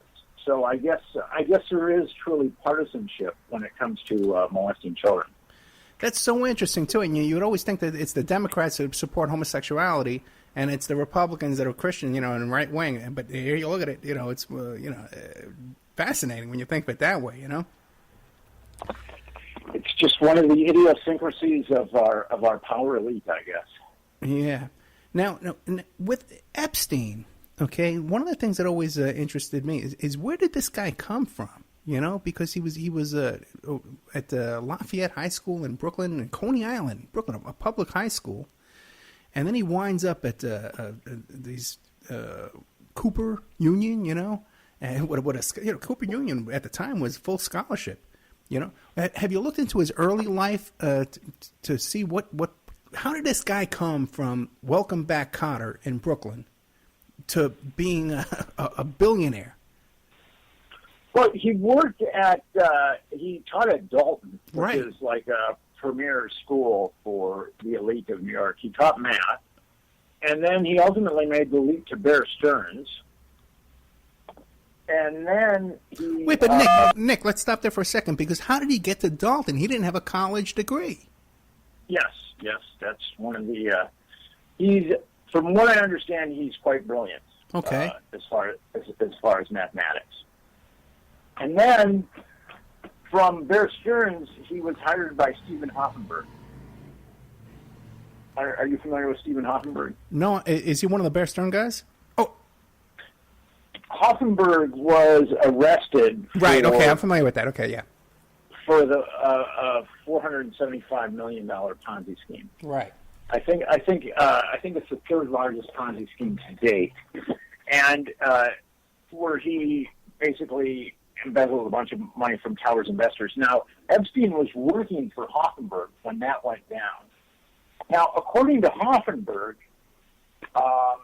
Epstein was part and parcel of that Ponzi scheme, but Hoffenberg, according to Hoffenberg, he decided that he didn't want to take down everybody else with him, and that he ate this prison sentence by himself. The feds put him away for like 20 years. And I think that if he had provided work with the feds, he probably would have done 20 years, or 18 years. So I would have to surmise that Epstein probably was part of that Ponzi scheme that Hoffenberg ultimately went to prison for. Now, is Hoffenberg out of prison? According to Hoffenberg, Yeah. Epstein was part of it. Is Hoffenberg still in prison, or he's out? He's out now, and he's not a big fan of Jeffrey Epstein. Okay. Well, no one should be, except I think Dershowitz still likes him in some ways, But now, you're saying you think Epstein's a brilliant guy because the woman, I think her name was Victoria Ward from that's a Vanity Fair reporter. She wasn't impressed with Epstein. She was Vicky Ward. Yeah, Vicky Ward. Yeah, she didn't seem impressed by him at all. Well, I'm just telling you what people have said about Jeffrey Epstein. Okay. And that they thought that he was brilliant. Hoffenberg, who was quite brilliant himself, I mean, he was certainly a major power player in the world of finance in New York for many years. He considered Epstein to be quite brilliant. So that's what people thought about Jeffrey Epstein. Okay, and let me ask you another question now, because now this girl, Veronica Roberts, who's pretty much leading the way with these... Virginia Roberts. I'm sorry, Virginia Roberts. I'm sorry. Now, she worked at Mar-a-Lago for Donald Trump? I believe she did, yes. Okay. Yes. Now, did you ever clarify, because I've heard, and her father did as well. Her father did, and that's supposedly where Epstein met her, I believe. Right. Now and now he was meeting all these other girls, because he had these young girls as pimps, basically trolling the high school for him there. Yes. But this other one he met... Actually, junior high. I mean, the Right. youngest one that we've found was 12. So. Yeah. they were younger than just high school girls. I know, and when you read those the probable cause affidavit by these cops, it's just heartbreaking because you read about these cops knocking on people's doors, and telling these parents, hey, your daughter's involved in this situation. The kids are lying to their parents. I have my daughter is 14. I could just imagine the horrific situation with all these people. But now, was it ever clarified where that Veronica, you said her name was Veronica Roberts? Virginia Roberts. Virginia Roberts. Okay, sorry. Virginia Roberts. Now did she work at this Palm Beach resort owned by Donald Trump as a hat check, a coat check girl, or did she work in the ladies' locker room gym there? I mean, she was like 14 when she met Epstein. So right. If she did in fact work there, I mean, I'm sure it was kind of an under the table type thing. Right. I don't really know the particulars exactly of how Epstein met her, but there were a lot of. I was the one that released Epstein's black book on Gawker. Okay. And I was also the one that released all the flight logs that shows Clinton flying with Epstein. I was the one that released all that stuff on Gawker. You can Google Nick Bryant and Gawker, and you can download Epstein's black book, and you can also look at all the flight logs where Clinton is on flights with unidentified young girls. Alan Dershowitz is on flights with unidentified young girls. Those flight logs are quite telling, as is Epstein's little black book, which I was able to acquire a couple of years ago. What do you make of Chris Tucker being on that flight? I have no idea. It was a party plane. It was like a Lolita Express. Yeah. I mean, those guys were molesting those girls. Because Chris Tucker also flew around that young boy that had the criminal case against Michael Jackson. Yeah, I would say that if you're flying around with Jeffrey Epstein, chances are you're up to no good. Now let me ask another question too, because now in that Palm Beach mansion, okay, now in the probable cause affidavit, the walls were covered with naked pictures of young girls in that mansion. Now, there were pictures of naked girls. The walls weren't covered. Okay. But one of the interesting things about that warrant is it shows that there were cameras. And so Epstein probably had a little blackmail operation going on, very much like Craig Spence. Well, yeah, and again, in the affidavit, they describe it as being for the purpose of blackmail. I've got that affidavit, and it doesn't say blackmail, but it does mention the hidden cameras in Epstein's. Are you sure? Because I'm pretty sure I read the affidavit myself. Yeah. Okay, I'll have to take a look. Okay. I was actually, I think, because I released the affidavit. I was the one that got the affidavit. I think on the internet too. Okay. A lot of the Epstein documentation that's floating around the internet comes from me. Okay, very good. I tried to get you as a guest when I was doing that show. I had Dick Morrow on the show. Now let me ask you another question too. Now, also Epstein, he also had a high school transcript in his possession. Now, what information do you have about that? I don't have any on that. Okay. On that. But now that's interesting though. How do you think he got that? I don't know. I don't have a clue.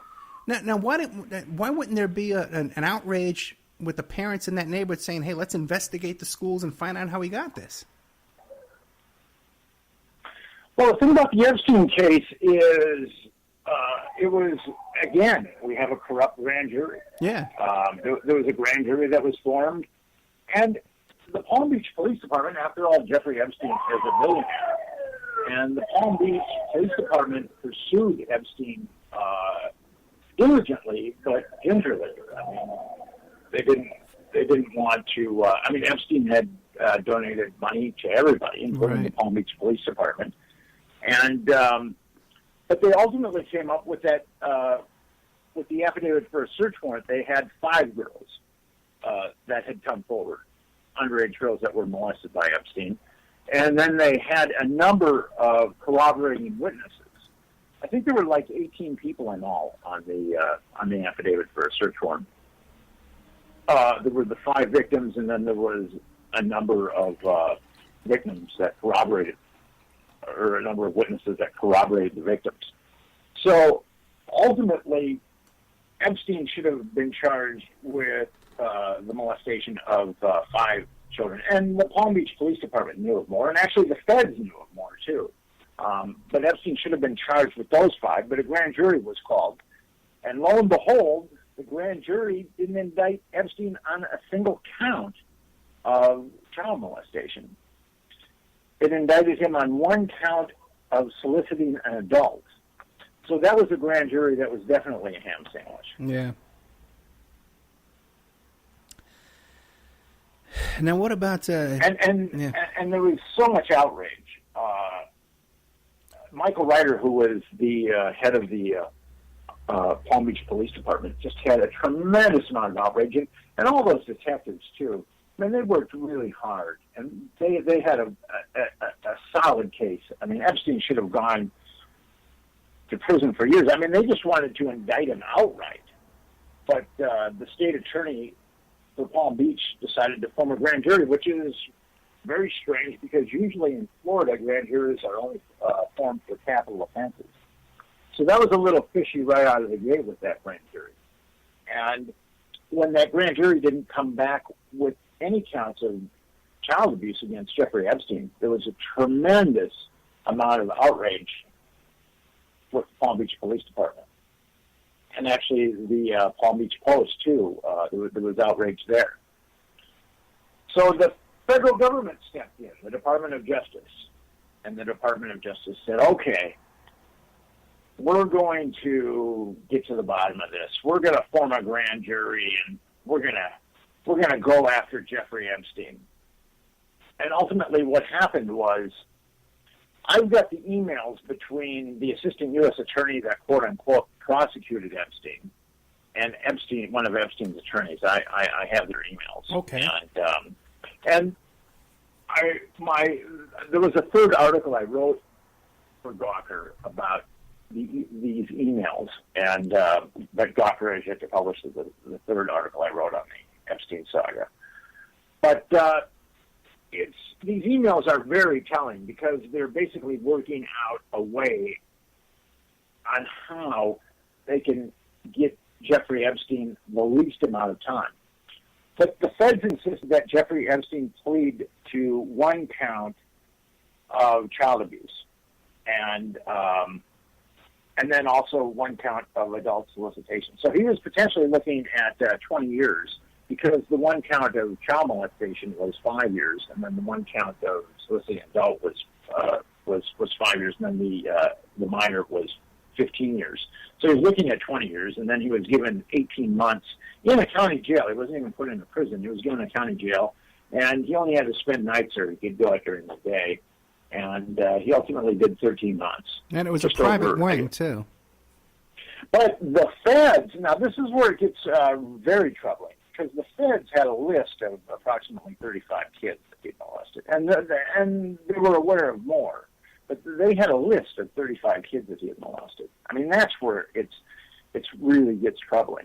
Is again, like with the Franklin scandal, we have the federal government, the Department of Justice, covering up child molestation. It's truly tragic.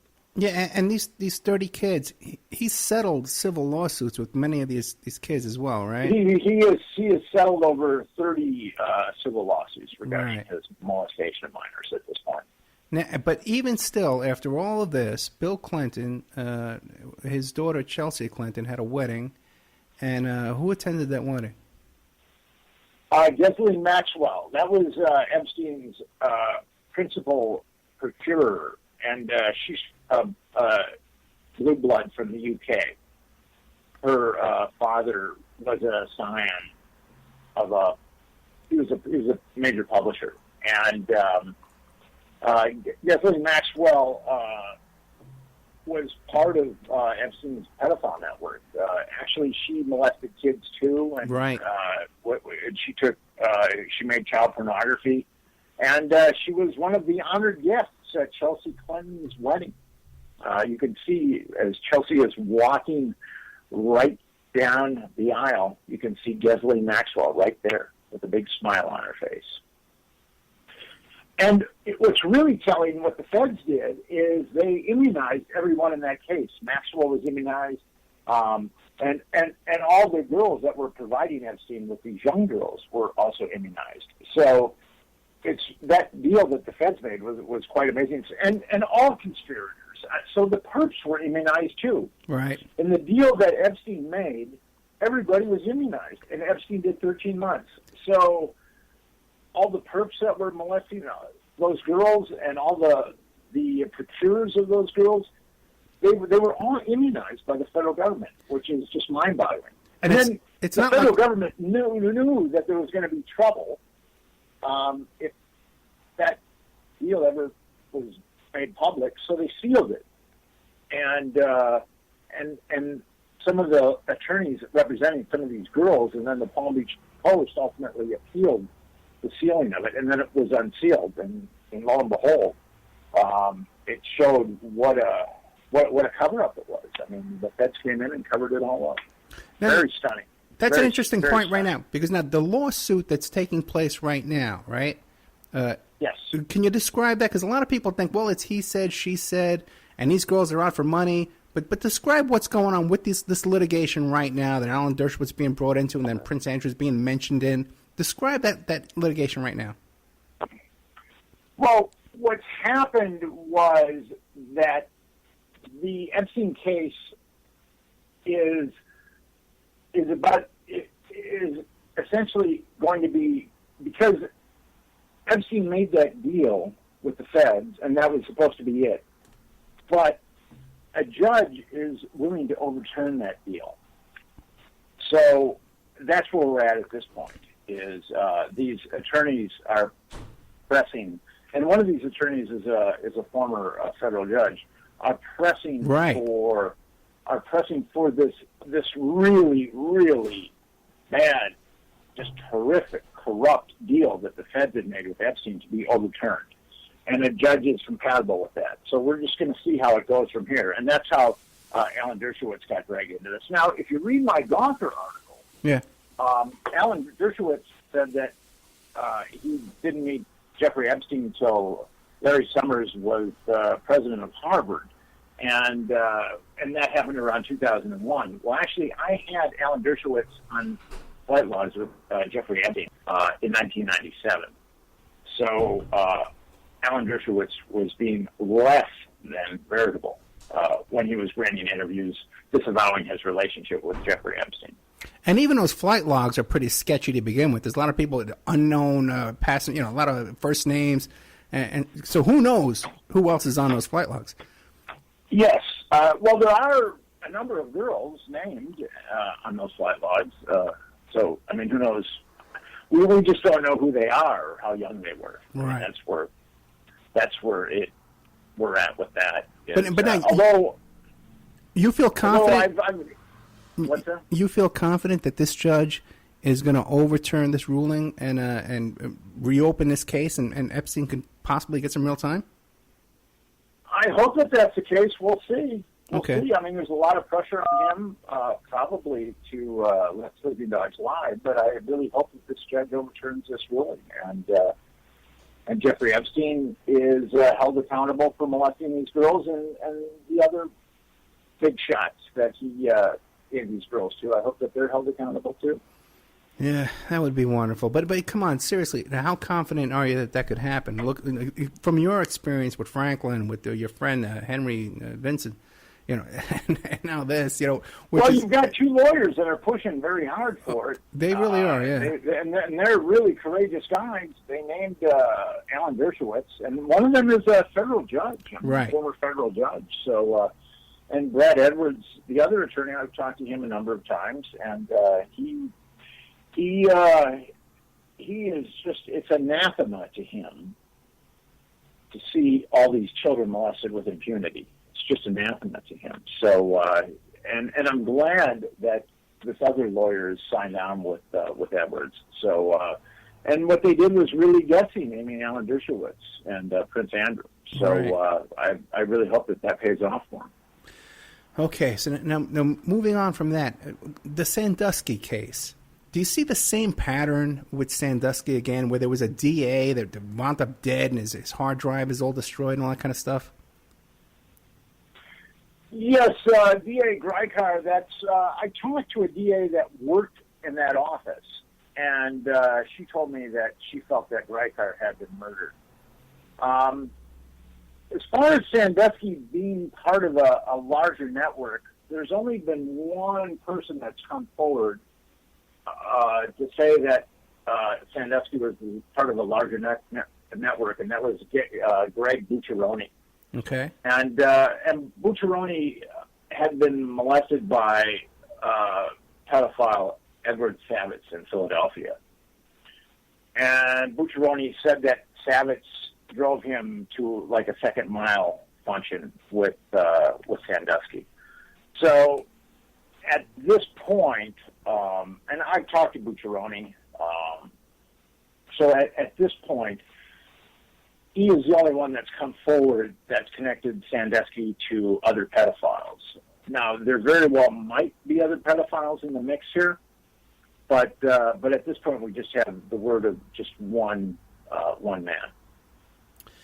But even Sandusky, there was so much known about him. He was even banned from some of these locker rooms at these colleges. So much was covered up and well known about what he was doing. There was a lot of people who knew what he was doing. Don't you think in that case there should be like another 20 people that should be in prison right now? Well, there were a lot of people that certainly covered it up. Yeah. And it should have come out at least twice that he was molesting children. But unfortunately, children are not the United States' most precious resource. I mean, the United States says that children are its most precious resource. If you talk to most politicians, they will say that our children are the most precious resource. But actually, America is a country that doesn't really put its money where its mouth is. Right. 22.5% of American children live below the poverty threshold. At least 10 million of them suffer from hunger or malnutrition. At least once a month, I believe. They're the fast-growing segment of the homeless population, children.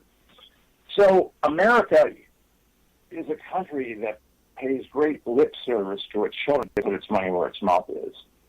And what is going on now in America, I mean, when you've got 22.5% of American children living below the poverty threshold and children becoming the fast-growing segment of the homeless population, you've got like a wholesale destruction of children. I mean, I don't want to sound like I'm radical but all you got to do is look at the numbers, and you can see that there's a wholesale destruction of children going on in this country. Yeah, there's a big difference between radical and realistic. There's a wholesale destruction, there's going to be a retail destruction, and that's manifested through what we've been talking about: Franklin, Epstein, Sandusky. These children, unfortunately, were put in the back seat. The prestige, the power, trumped any kind of rights that these children had, and it's truly unfortunate. There's a big difference between radical and realistic, and I think you're being realistic in what we're saying here. Well, as George Orwell said, telling the truth during times of universal deceit is a radical act. Do you think there's any hope in these institutions like Child Protective Services or reaching it? Is there any hope? Or are these people a place to find help or no? Well, I think that there are people in Child Protective Services. I mean, you saw it in the Franklin scandal that did come forward and try to do the right thing. I'm sure that there's a lot of corrupt people. I mean, there were certainly people that were very corrupt in the Franklin scandal in Child Services. So, but I think as long as our country is just going to pay lip service to its children, right, and not put its money where its mouth is, this is going to be a non-ending story. It's what America needs to do is really help its children, and by 2032, there's probably going to be two workers per retiree, and right now, almost 1 in 4 of them is growing up below the poverty threshold. So we're setting ourselves up for a very dysfunctional society in less than 15 or 16 years.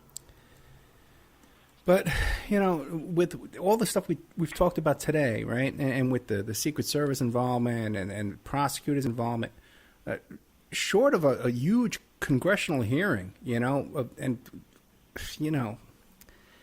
is there any hope of turning this whole thing around? Because, like you said, the CIA is benefiting from this. The Secret Service, is there any hope? Well, the thing about it is, I think only 25% of Americans have confidence in their government at this point. Yeah. Americans know that their government has gone awry, but they don't know just how badly it's gone awry. And they're going to have to be edified. They're going to have to read books like Confessions of a D.C. Madam. They're going to have to read books like The Franklin Scandal. And then they're going to see the degree of the disease that's taken over our government. And because you can't treat a disease until it's diagnosed. So once enough Americans can see this diagnosis, can see that there's a cancer eating away in our government, then we can act, then we can treat it. But Americans are, unfortunately, they watch a lot of television, and television, they're not going to get truth like what's in Confessions of a D.C. Madam or the Franklin Scandal from television. 5 corporations own 90% of the media that Americans imbibe.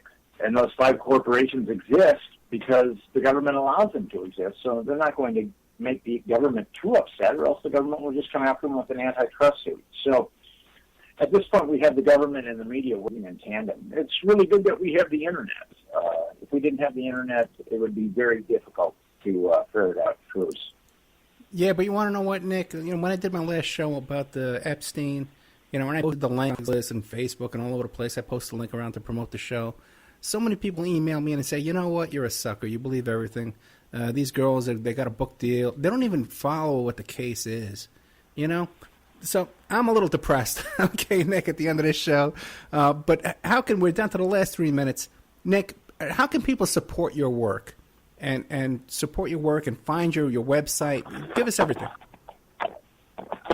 Well, people can buy Confessions of a D.C. Madam. They can buy the Franklin Scandal. They can educate themselves. There are a lot of good books floating around, like Confessions of a D.C. Madam and the Franklin Scandal. And they can, as I said earlier, edify themselves. Because the more people really understand how perfidious the government is, how perfidious the corporate media is, then at a certain point there'll be a sea change. I believe that a sea change is possible. But it's going to take a critical mass of people becoming aware. Awareness is the key. But even with with Clinton being on this plane with Epstein and inviting Epstein's girlfriend, Picurio, to his daughter's wedding, right in our face. You know what I mean? You still... Well, and I'm sure that, that's probably going to be difficult for Hillary when she runs. You really think so? For president, I think that'll be an issue. I really do. Well, I hope so, man. I really hope so.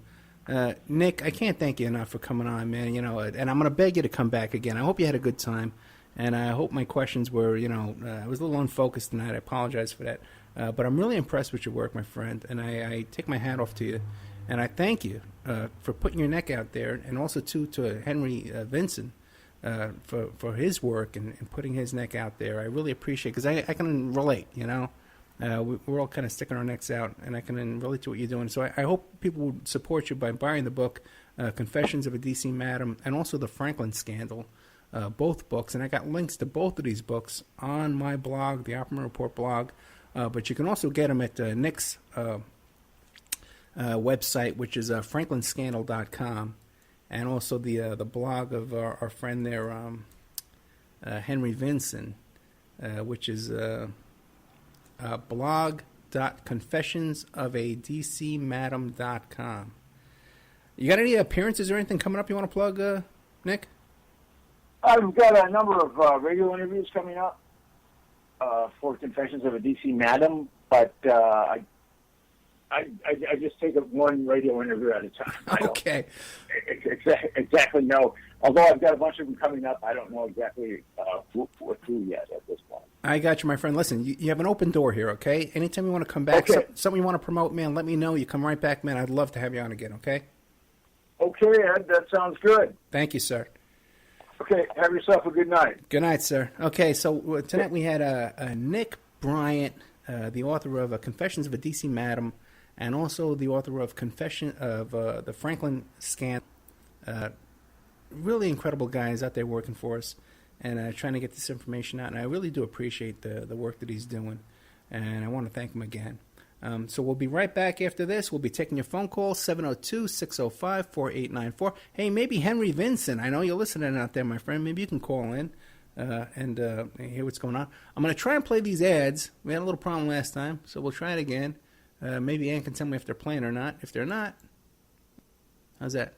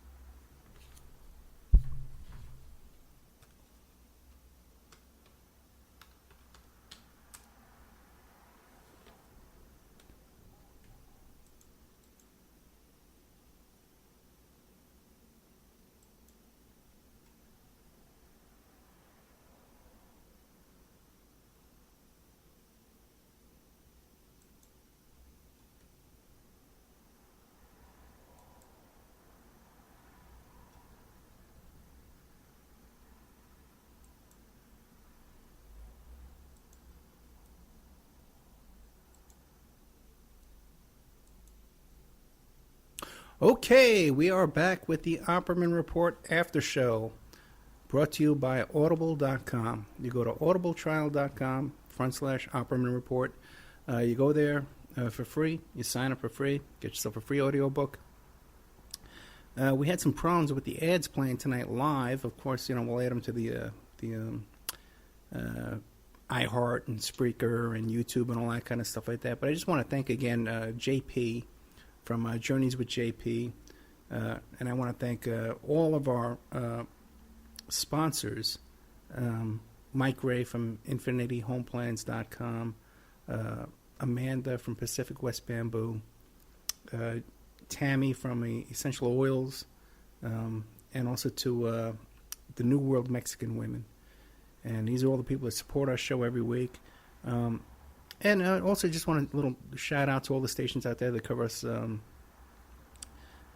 Shazaz and Awake Radio and 1800 and PSN and Wolf Spirit.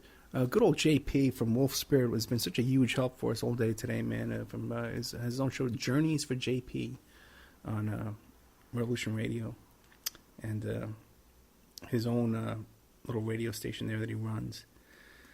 So we've been joined by Mike Gray from Parlay. Hello. Which is the hottest new show on the air. Good old Parlay. Now, Mike Gray, let me ask you a question, because we've had some discussions about exactly what does parlay mean. But now, exactly how is parlay spelled, Mike? That's no expression. It's all interpretive, isn't it? I mean, you spell knife with a K, and so. Well, there you go. There you go. There you go. I'll take the knife out of Mike's back. But in my opinion, yes, exactly. Because I love Mike, but I'm passively aggressive to my good friend Mike. Yes, he's very passively aggressive. But but honestly, people should hear me and Mike off the air because he's so much more funnier off the air. Mike, you should consider taking your show off the air, and not doing your show, yes, and just talking off the air to people. It's just a hobby for me, and it's a way to contact people without being considered a stalker. Very good. Yes. Okay. I've been trying to look up to get a hold of Randy Quaid. Have you seen Randy Quaid's new Gawker? He released, remember that video I sent you of him putting a Rupert Murdoch mask on, and he goes behind his Evie, his wife or girlfriend or whatever she is, and he, I thought that was a joke. I thought that was like, apparently that was real. Oh, really?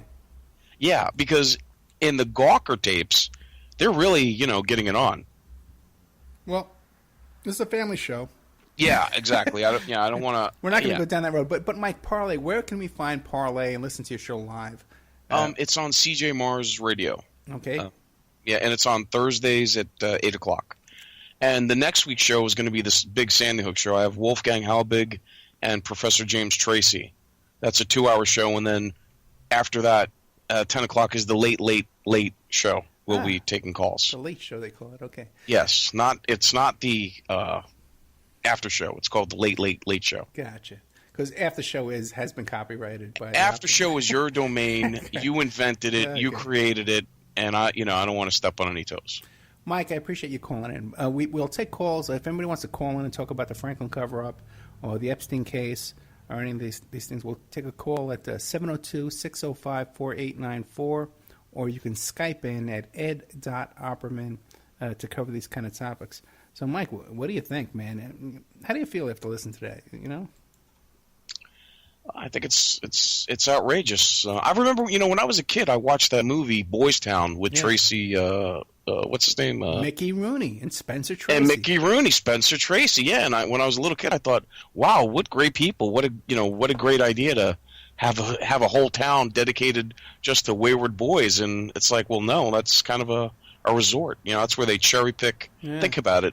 What a way to cherry pick certain children. Do you know what I mean? Yeah, that's what I was trying to get at the end of the interview. Right. And also, people can't forget that Charles Manson came out of Boys Town. He was only there for a few days, supposedly, because he stole a car and he got out of there. I don't know how much we know about that. Yeah. Hey, Ed, is it true if you're in federal prison you can't have a beard? I do not know that. I do not know that. Well, Jay Weidner, because I'm a big fan of Jay Weidner, and I'm trying to get him on my show, but he said that you're not allowed to have a beard in federal prison. And remember that Geraldo when Manson was doing that interview with Geraldo? Yeah, they were in the same room, and in federal prison, you're not allowed to be in the same that close to a federal prisoner. Yeah, no, but I don't think Manson's in a federal prison. I think he would be in a state prison. I don't know for a fact, but I can't see. But for federal crime, right? No, he committed a state crime. I thought he was in a federal pen. No, he was convicted by the state of California. Okay. So I don't think he would be in any kind of federal prison. I can't see why. But you never know, man. You look at this guy, Henry Vinson, man. They're coming after him with income tax stuff to go after him, They get you one way or the other, Yeah, because for the most part, if you don't pay your taxes, they send you a letter. And you can kind of negotiate your way out of it. Oh, brother. Hey. Who's on the air with us, Ann or? Nobody. It's just you and me. We're live on the Awake Radio Network, and we're live on Wolf Spirit, run by JP, and Shazaz Radio, and 1800 Radio, and Sovereigns, Scottish Sovereigns on the Land. Right. And a whole bunch of stations there. Yeah, can I just say something? When you asked the guest about how did Epstein get to be where he is, because he's not a smart guy, and and he said he was a math genius. I've come to the conclusion that people like these billionaires that you think they're so smart, like Bill Gates, Warren Buffett, and I think they're just front men. You know what I'm saying? Well, Bill Gates, his parents were like, he had rich parents, Yeah, but not like he's got like 66. What does he have? Like $66 billion or? Well, yeah, but because he stole basically. There was another DOS program, and he stole DOS and made it MS DOS and took it over. He just basically stole somebody else's program. Right. And had the lawyers and stuff to go in because his parents were big hotshot Harvard lawyers. I can see how that could happen. How you can kind of get in there and scoop things up. I can see that happening. But I just see people like that as really front men for bigger people. Yeah, I know what you're trying to say, but I don't know, man. What interests me about this guy Epstein is how he got from this high school. How did he become a high school teacher? He didn't have a college education. It's just all very strange. So I don't know. Maybe he was acquiring boys for top execs at Bear Stearns.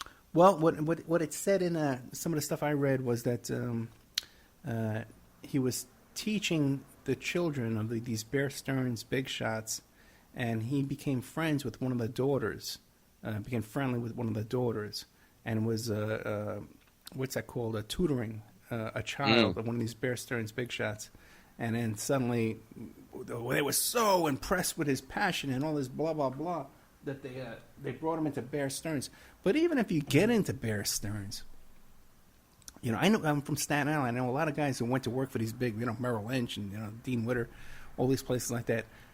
If you get in there, you don't have a college education. You get in there, and even if you know big shots in there, to come out of some place like Bear Stearns after 6 years. As a semi-billionaire. And then this story about, he only has one client, all this kind of stuff. I don't know. The whole thing to me is really fishy and weird. Yeah, it's shady. Yeah, and I'd like to hear more about it and see what's going on there. And remember that reporter that I can't think of her name that initially did the story, and when she talked to him, everyone was telling her what a genius he was. And after she talked to him, she says, "This guy's not a genius. Yeah, he's an idiot. He could barely answer questions." Right, and if he was a genius, okay, even now today, fine. If he was a genius, why can't he hire a really good press agent and a PR team, to kind of clean things up?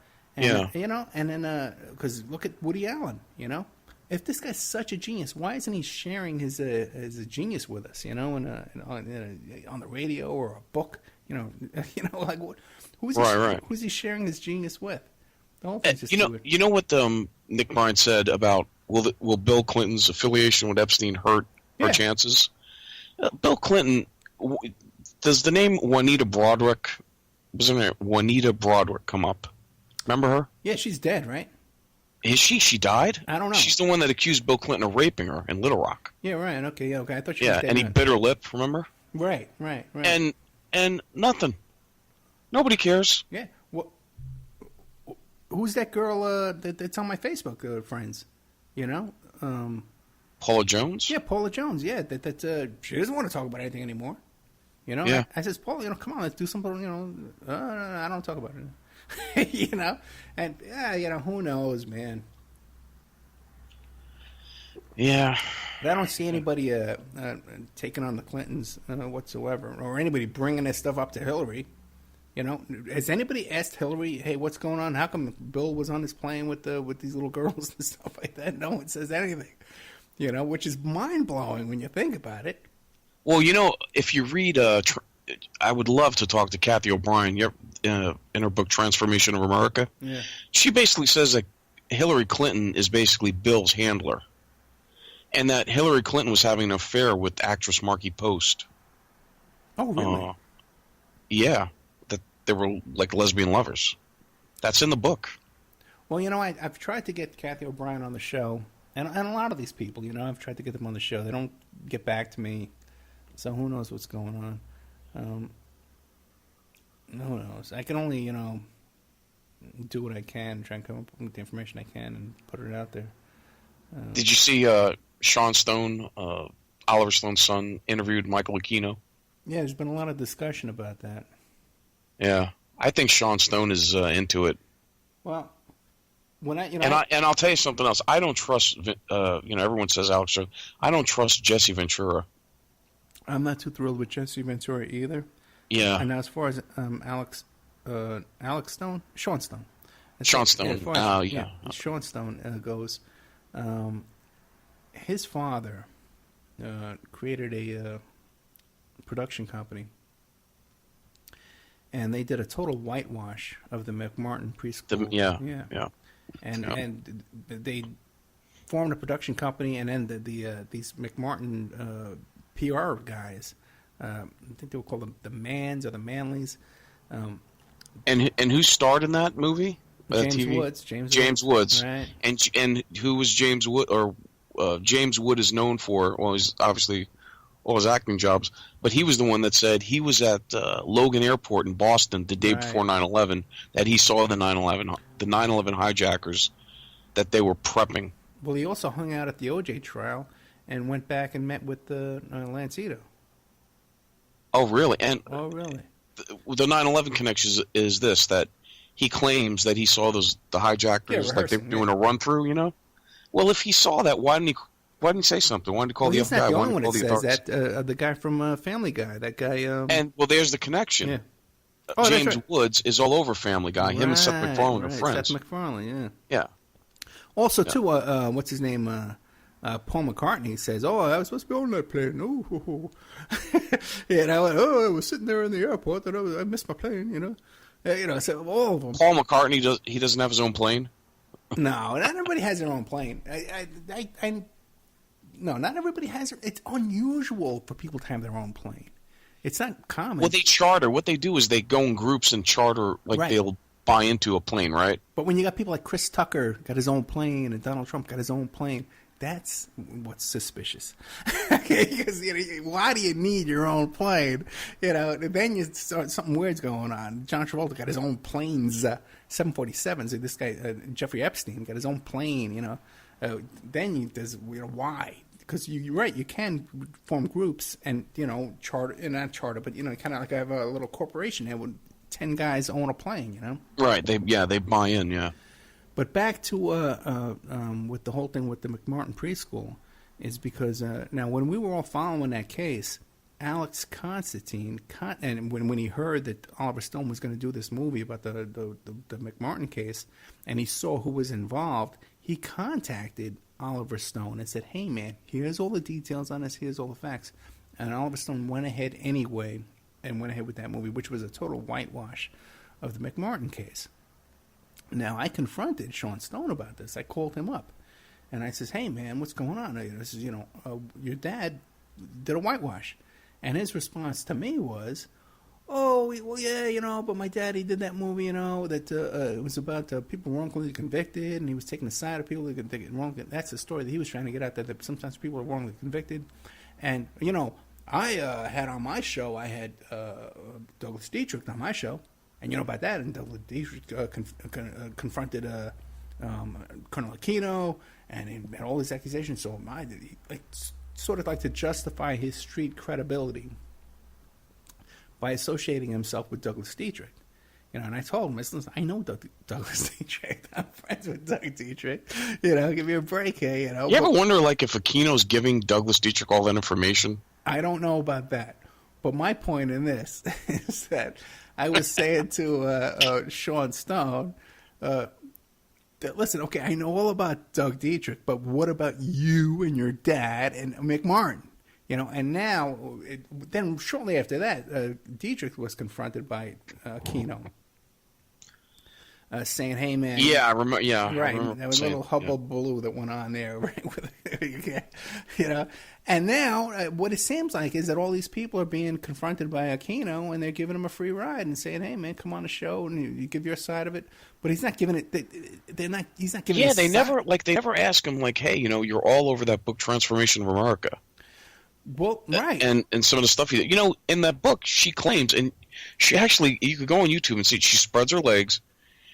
What she said was he took a stiletto knife, okay, and carved a round face with a nose in the wall of her vagina. Oh, really? Yeah. And when I read that, I was like, wow, I wonder what that looks like. Then, I guess a few years ago, she actually went to a doctor's office and, they showed it. And it's there. Well, that's very interesting. And like I said, if Michael Aquino wants to come on the show and respond to these accusations, okay, fine, I'm open to that. But I'm not going to I'm having on the show and give up PR, Listen, people are out there saying things about this guy. I don't know if it's true or not. Okay, all I know is, people are saying this.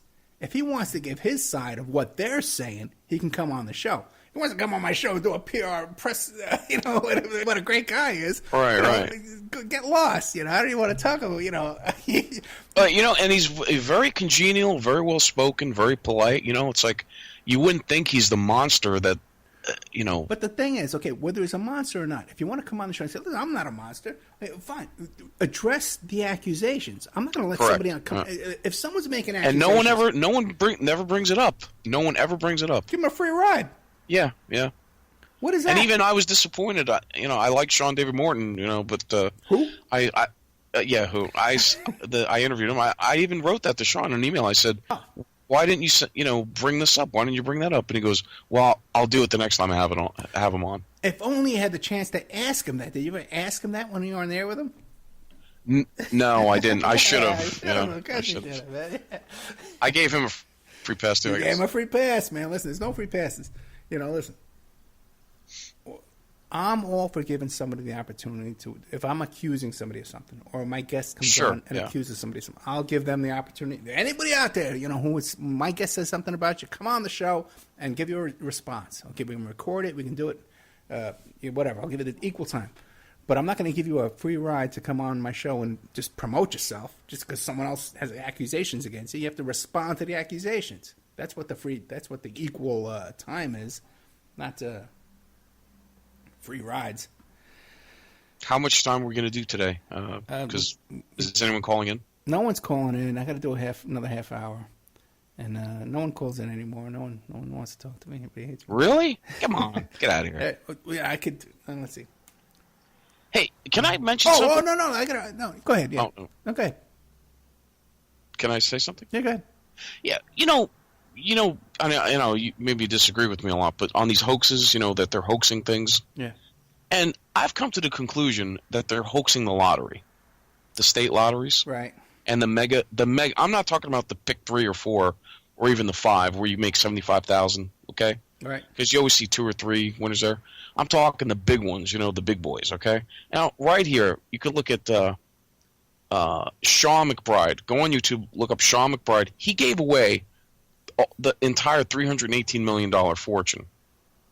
Gave it all away, the entire jackpot. Okay. Well, who would do that? I mean, he wouldn't even keep $1 million for himself. Well, Mike, I'll tell you this: a lot of your investigations center around, well, why would they react this way? Why would they, behave this way? Right. And people do behave and react oddly, and so that's not a factor really, because you have to factor in that the people behave oddly. But I will tell you this, man. Okay, and I think we talked about this off the air, right? Right. I was involved in an investigation once where I believe that people did receive lottery money in part of a scam. That there was a reoccurring that people had inside juice with the lottery and were able to scam some money out of the lottery system. And I believe that for a fact. And well, you could see it in there's one YouTube thing where the number came up 35. Right. The ball came up 35. Then it went back up and comes back as 53. Well, yeah, okay. I don't know about that. About yeah, YouTube no, videos. it's you could say for yourself. Okay, I don't know about YouTube videos or whatever, but I can say that I had a real, investigation with real stuff where people. Were, so what do you make of that? So who was fixing it? Then? I don't know. People within the lottery system. Yes, people within the lottery system, just like at OTB and stuff like that, and the racetrack is races are fixed, and I'm sure the lottery gets fixed all over the place. Different, and it like happens all over the place. And in casinos, there's all kinds of listen. Everyone's trying to get away with something. Happens all over the place. Now, I do have a couple of announcements since we can't play commercials tonight because for some reason it's not working. Okay. Which how ironic is that? But the ads are not playing. I know. Sorry, Mike Gray from InfinityHomePlans.com. No, it's no big deal. But we'll play it. It was a big show tonight. But we'll have it on YouTube. It'll be up there. And we'll insert it into Spreaker as well. But I got some big stuff going on that people might be interested in. And one thing is that I did an audition. How'd that go? It went very good, man. I auditioned for a reality TV show, which is basically the same thing as we're doing here on the radio. I almost kind of suspect that maybe they've listened to the show and then decided to do a TV show about it. And then by coincidence, I applied for the show, and now they're all excited, to talk to me and have me on here. And I'm doing a second audition, a Skype audition on Monday or Tuesday with the producers and stuff like that. So they love me, they love my credentials, and it's going to be the same kind of thing that we're doing here now, where we're going to be investigating recent historical iconic events and either debunking them or coming up with conspiracies or theories or whatever, just like we do here on our show. Is this local? Are you going to travel? No, we'll be traveling. Yeah, this is real. Oh, wow. Oh, no, This is a big deal. They have the production company has shows on MTV. They have a History Channel. They've done other shows like this, but more historically, not the Discovery Channel. All these different. They have a bunch of shows all over the place. Now, how will this affect the show, the Opperman Report? Well, first I have to change the name of this show to Parlay 2. Oh my goodness! I'm gonna call this show Parlay 2. Okay, and parlay, a discussion in terms. That's all. Okay, good luck with that. But the thing is that I'm going to make sure. I'm not going to take the deal if it's going to affect the show. But this is the kind of thing where we can get funding in to do this show, and I'm not going to have any kind of. Well, I can't really say that yet, but I don't expect to have any kind of creative control over the show, right over the TV thing. No, not like I have here. Yeah. For sure. But we'll have money and we'll have exposure that we can build up what we're doing here now.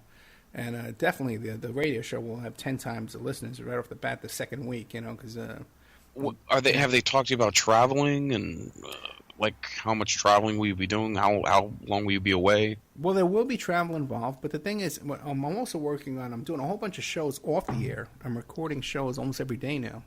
Right. And we're going to be doing a whole big series of interviews about Ted Gunderson, and we're going to edit them all together. I'm doing a show tomorrow about I Don't Like Mondays, San Diego shooter in 1979. This girl, I think her name was Brenda Spencer, who shot these kids. She was the first school shooter in 1979. She was a girl who did this, and the Boomtown Rats wrote the song. And that's Geldof that did that song, right? And his daughter died not too long ago. Isn't that interesting? Yeah, a lot of weird, interesting stuff about that. Because she was exposing stuff. That's what they say. Who knows? We don't know. We'll see, right? And I'm hoping to get her and talk to her in prison as well, and then we'll add it to this interview. A lot of stuff. I'm contacting a lot of people I want to interview are in prison. By the way, if anybody wants to volunteer and help me write letters to these people in prison and get a hold of them and get them on the show, and I'm looking for always volunteers and stuff like that. We're always looking for donations, guys. You know how desperate things are over here. We always need your donations to keep the show going, to keep me afloat, and to keep me running. We face a lot of opposition and a lot of sabotage and a lot of infiltration every single week. You have no idea what goes on behind the scenes here. And so we definitely need your support. You know, we have good guys like Mike Ray and Amanda from Pacific West Bamboo and other people that donate and try and help out. But we really need support to keep things going here and to keep things afloat, because we face opposition every single day.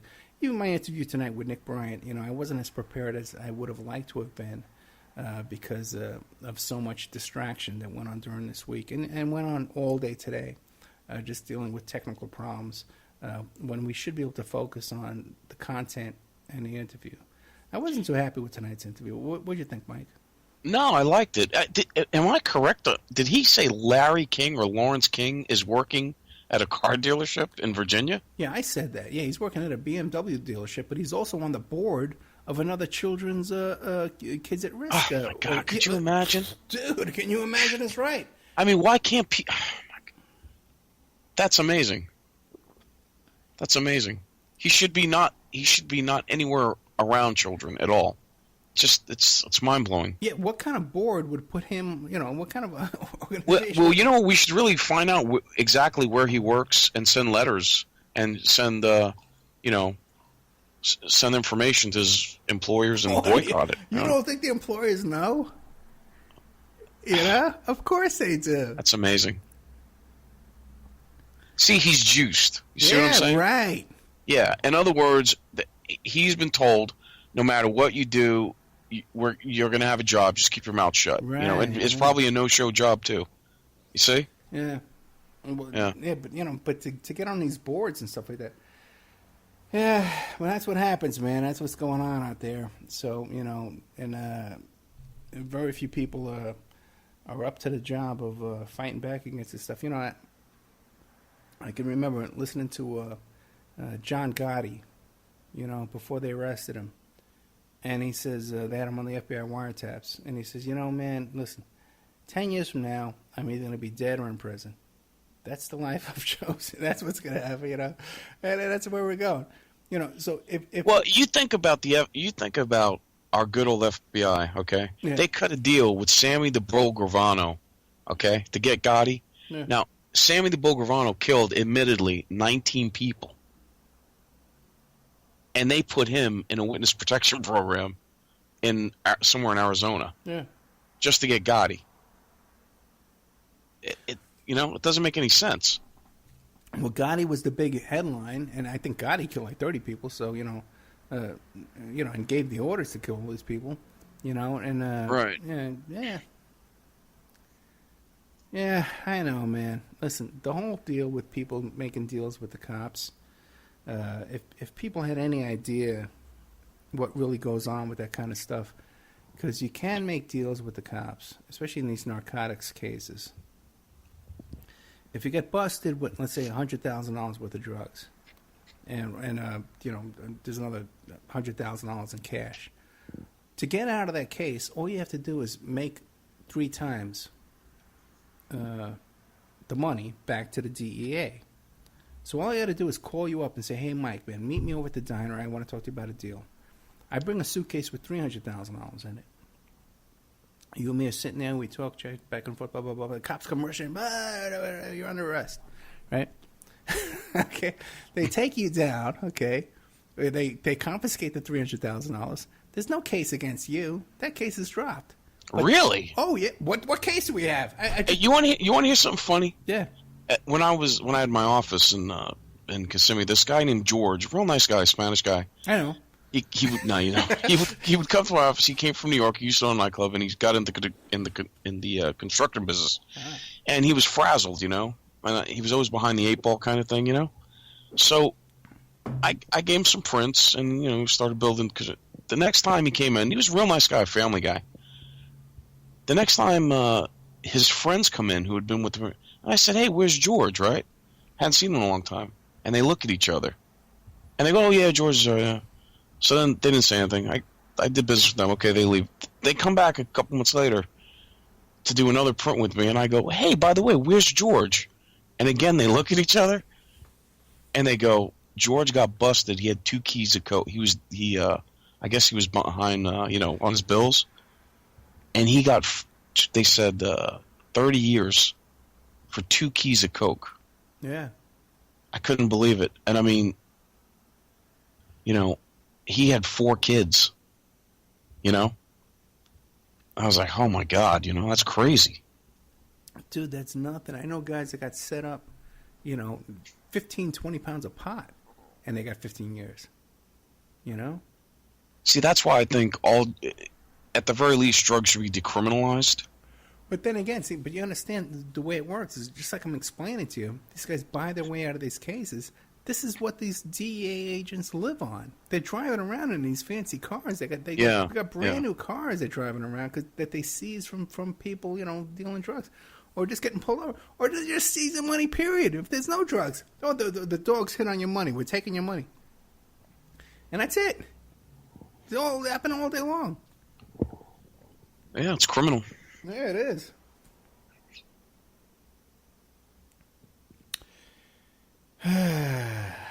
You gonna do any shows about that? Maybe. I don't know. That's really my purview. You know, I think that's a show for you. You do. Yeah, no, you know what? I should. Yeah. I was just contacted today by like Fast and Furious. There you go. That'd be an interesting thing. You know. We were just contacted today by a guy. I haven't had a chance to talk to him, but his son's murder was covered up by the cops, and so he wants to get that some publicity and stuff like that. So there's all these cases out there, man. Hey, did you see that? You saw that video, right, about the Gelman one? Yeah. What'd you think about that? I think it is I've heard of other cases where people were under surveillance, and the police were aware of them committing crimes, and even too, by the way, in these drug cases, like what I was telling you before, where you and me can set up a deal, you know, and buy my way out of the case. When you get, almost everybody at these high levels of these cases, okay, they're all working with the DA, drug enforcement. They're all informants, and once you become an informant on that level, you can keep dealing your drugs or keep doing your mafia crimes and stuff like that. And if you get pulled over, you have the business cards of these cops. They come and they get you out of it. You get pulled over. Right. I'm working. Yeah. When I first saw that interview, I thought, this guy's crazy. He's nuts. He's paranoid, you know, or schizophrenic or whatever. And then I saw the Eileen Warren's one where she said basically the same thing, that the cops knew what she was doing when she was killing people. And I thought, oh, she's crazy. But then I'm thinking, now that Oh, did you break up? the truth. Oh. What's that last thing you said? Eileen Warren is? Yeah. Because she said the cops knew what she was doing, that she was killing people, and they just let her. Yeah, and that does happen as well. You know, cops, you know, homicide detectives or whatever, they're working on a bunch of cases. If you know somebody's out there doing something, you don't have the evidence to bust them yet, you know, and they keep doing it. Yeah, that stuff happens. Yeah, you know? wow. That stuff happens. People have no idea what goes on with these investigations with these cops. You know, they lie in police reports. They lie on a stand. And it's just, and they get away with it too, man. Because even the defense attorneys, they pick and choose which cases they really want to fight for, because they're making deals with the DAs and stuff like that. You know, and you got to let some guys go to prison. You know, and there's only a few guys you can negotiate to get out. If they have a big Epstein guy, you know, they're going to dump 30 guys to go to prison on that to get Epstein off, and they'll betray their own clients. Yeah, it's really tragic. You know, what goes on out there. That's why I was trying to ask Nick Bryant, man, what he thinks about it. Is there any hope, of contacting, Child Protective Services or the cops? He talks about how, people report these cases and the FBI comes in and they try and shut up the witnesses. That stuff happens, man. Man, it sucks. So, I don't know.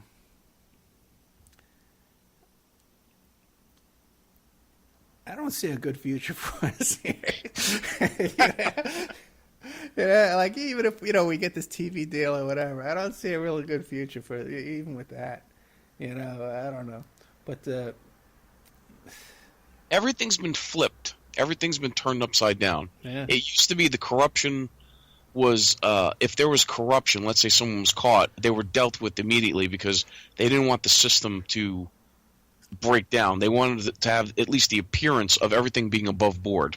And now it's almost like we're in the bizarro world where yeah. But even still, when are you talking about? Because J. Edgar Hoover, man, there's all kinds of evidence about him, man. Everybody. Oh yeah. Yeah, he was blackmailing everybody. He's all, letting people go, hanging out with organized crime figures, gambling, horse track, Right. The whole thing. Again, the whole thing. The whole time while he's saying publicly there is no organized crime, but yet he knows there is, and he's affiliated with them, and Yeah. kibitzing with them. Sure, yeah. Kibitzing. That's what I was going to say. Kibitzing, kibitzing, yeah. You might say he was parlaying with them. He was parlaying with the mafia. Yes, yeah. he was. But there is no mafia. No, that's. And I will kill you if you say there is.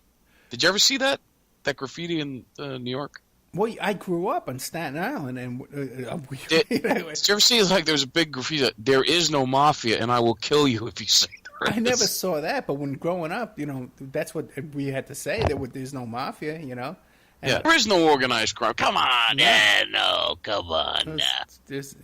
I was from Hoboken. I had no idea that the DiCavalenti family was out of Hoboken, New Jersey.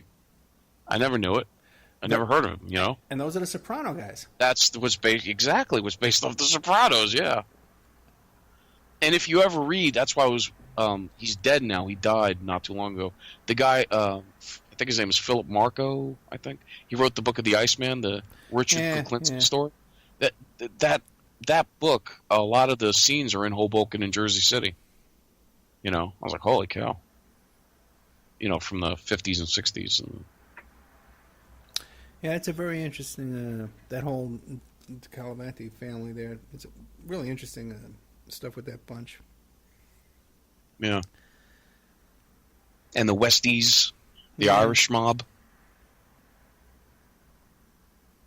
Yeah. Out of Hell's Kitchen. Sure. Yeah. Sure. Now, when I was, bopping around New York City, you dealt with everybody, certain motorcycle gangs. You can't mention their names. All kinds of, I had a nightclub in Manhattan, it wasn't a joke, Yeah.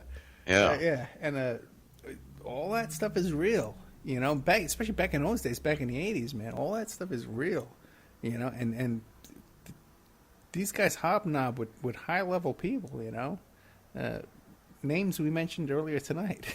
They're all out there doing stuff, man. It's just, I don't know, man. So, and it just seems who's the guy that wrote Slaughterhouse 5? I can't think of his name. Vonnegut? Vonnegut. Kurt Vonnegut, is it? I think so. Yeah, they asked him before he died, you have any advice? What advice could you give to the kids of the world? And he said, yeah, join a gang. It's true. Because it seems like it's an easier road, Yeah, to start, yeah. To go down with, For protection, yeah. No, it's an easier road to be with the criminals than it is to exposing No. Well, I guess he was trying to say is, start a gang or, you know what I mean? Yeah, I know what you mean. Have a clan or a tribe. This way you got protection, sort of. Because if you're just an individual, what chance do you have, Yeah, but I'll tell you something else, too. It's a whole nother headache, keeping those kind of guys in line and and having those guys around and expecting that it's really hard to get them to do what you want them to do.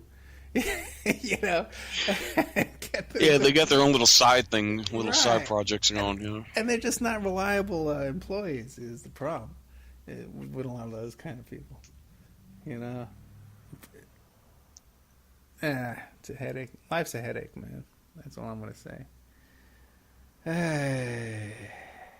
So does this gig have a per diem? Do you have like a...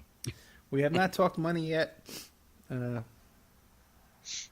But there's definitely money there, no doubt about that. Right. Is there a time limit, what they're talking about, or? Well, no. When you do these kind of things, the first step would be, okay, we want you. Now let's talk about the money, and what the time, stuff, and then I'll tell them, I need Friday nights to do the show live, Right.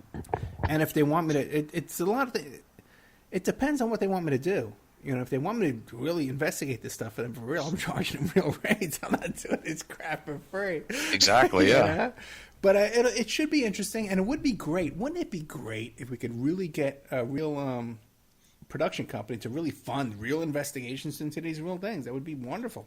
Well, what happened to the what was that thing? Not GoFundMe. Was it the GoFundMe? Not the GoFundMe. Yeah, the Truth Funders. Yeah, Truth Funders. Yeah. What happened to that guy? You know what? We didn't get any donations for Truth Funders at all, and so that's where that thing pretty much fizzled out. I don't think we made any money on that at all, which is a shame. Even with that, it's hard to get that kind of thing going without putting out a press release and doing a press conference and really doing it and really promoting it right. And we're just so busy with so much nonsense and so much opposition that if people had any idea, if people could watch behind the scenes and just see, just to book a guy like Nick Bryant, and right. We're supposed to have Henry Vincent on to come on tonight too, and then he was nervous and upset and he didn't want to come on, and just booking people, and people say, "Oh, how do you book these guests?" It's a full-time job booking these guests.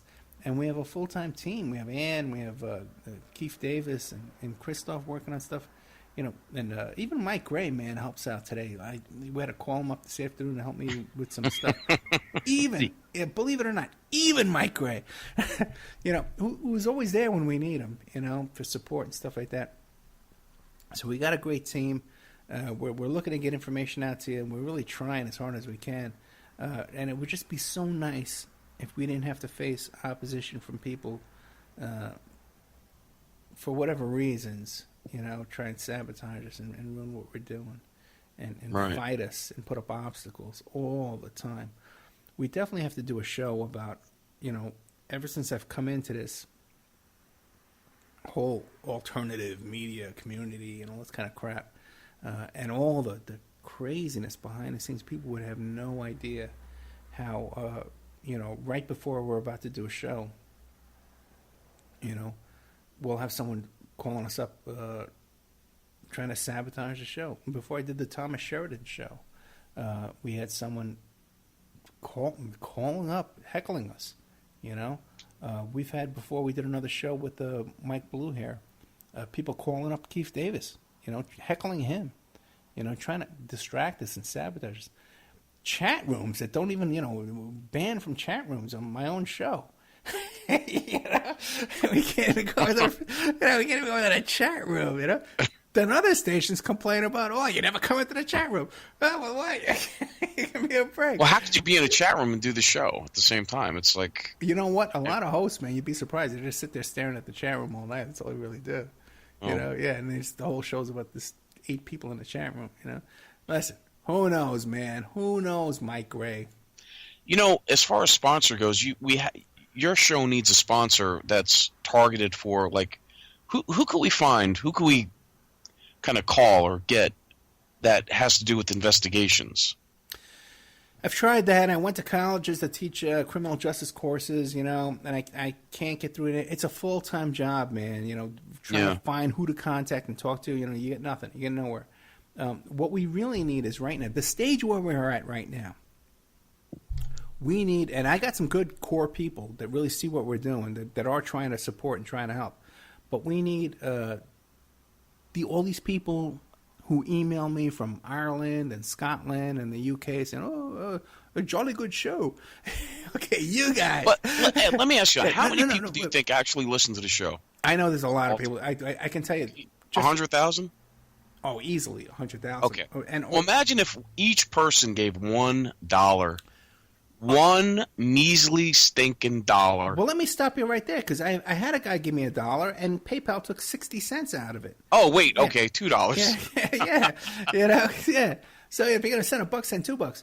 But listen, yeah, $2, two measly stinking dollars. No, but even people who send $1, let me tell you this, man, it's encouraging. To get a yeah, right. It for my. It's like, hey, we're with you, Ed. We're with you, man. Right. Keep it up. So for that, for emotionally and mentally and psychologically, for me, that's great. But I don't want to see PayPal. PayPal's no friend of ours, guys. Okay, PayPal's run by Elon Musk. I can't even talk about it because they'll shut off my PayPal account. Like they did let's not do that. But it's all run by the same guys who have a cut. They take a cut of every credit card transaction. It's a huge. It's like $90 billion a year, man. It's a huge business, which is a whole other topic, which got me in trouble once before. We don't want to go down that road again because I got enough headaches in my life. You don't mess with the banks, man. Let me tell you, or Let me tell you something, man. They know my voice. Okay. Hi, this is Ed Opperman. No, it's not. I know Ed Opperman's voice. Who are you? What? What do you mean you know my voice? How do you know my voice? And that's what my life is like, man. So guys, if you're listening to the show, especially if you're listening tonight, we just basically blew an hour just talking back and forth, guys. If you see what we're trying to do here, please support, man. Please help us out. Let's all fight this fight together. It's great if we can get. You know what? I'm going to do a TV show. I'm going to put back into this, okay? Because just like John Gotti said, 10 years from now, I'm either going to be in prison or I'm going to be dead. Just like Reverend Pinckney, okay? And that's where we are right now, guys, okay? So if we're not going to get help from them, there's no big angel going to come down and help us out with what we're trying to do here. We need ground roots support to fight this fight, and support people like Nick Bryant, okay? And support people like Jim Rothstein and David Schroeder.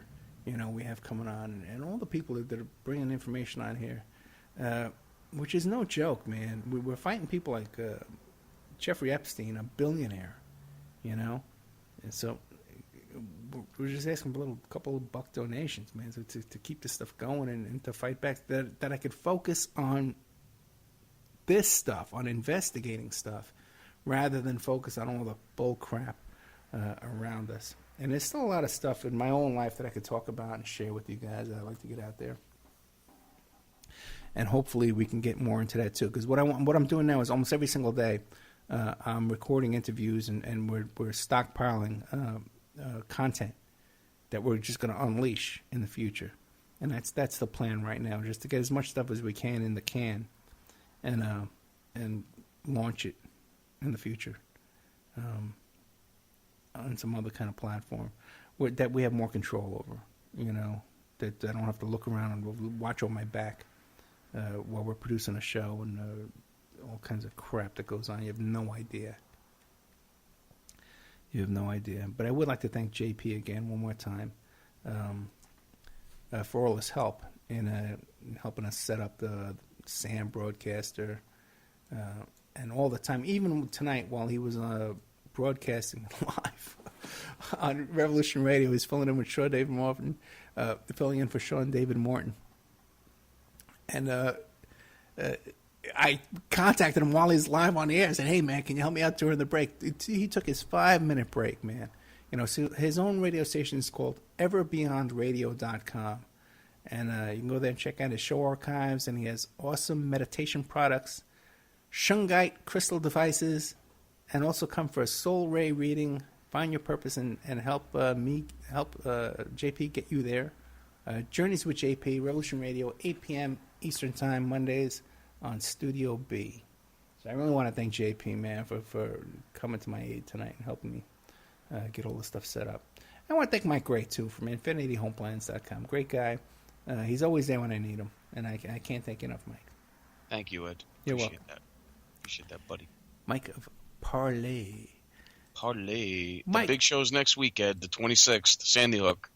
Wolfgang Halbig and Professor James Tracy. Real good interviews. And I sent it to you. What'd you think? Did you listen? I listened Not to yet. it. The first time you sent it to me, I listened to it, but today I'm busy. But Mike, do you, when you have Wolfgang on there, do you guys discuss how to spell parlay? No, they never criticized me for that. Well, Mike, how do you spell parlay? I think it's Parley. Oh my God! All right, now that's it. Now we have this down on record. It's on tape. Mike Gray does not know how to spell the name of his own show. It's that's how I spell it. You spell it, but it was. Oh my God! Okay, Is it? I don't know. it's Parlay. Oh, it is? Yes. Oh, I'm screwed. Okay, right. So you don't know what it means. You don't know how to spell it. Okay, now Mike. Listen, I don't know what to say at this point. I love you, Mike, but I don't think you can call in anymore. Okay.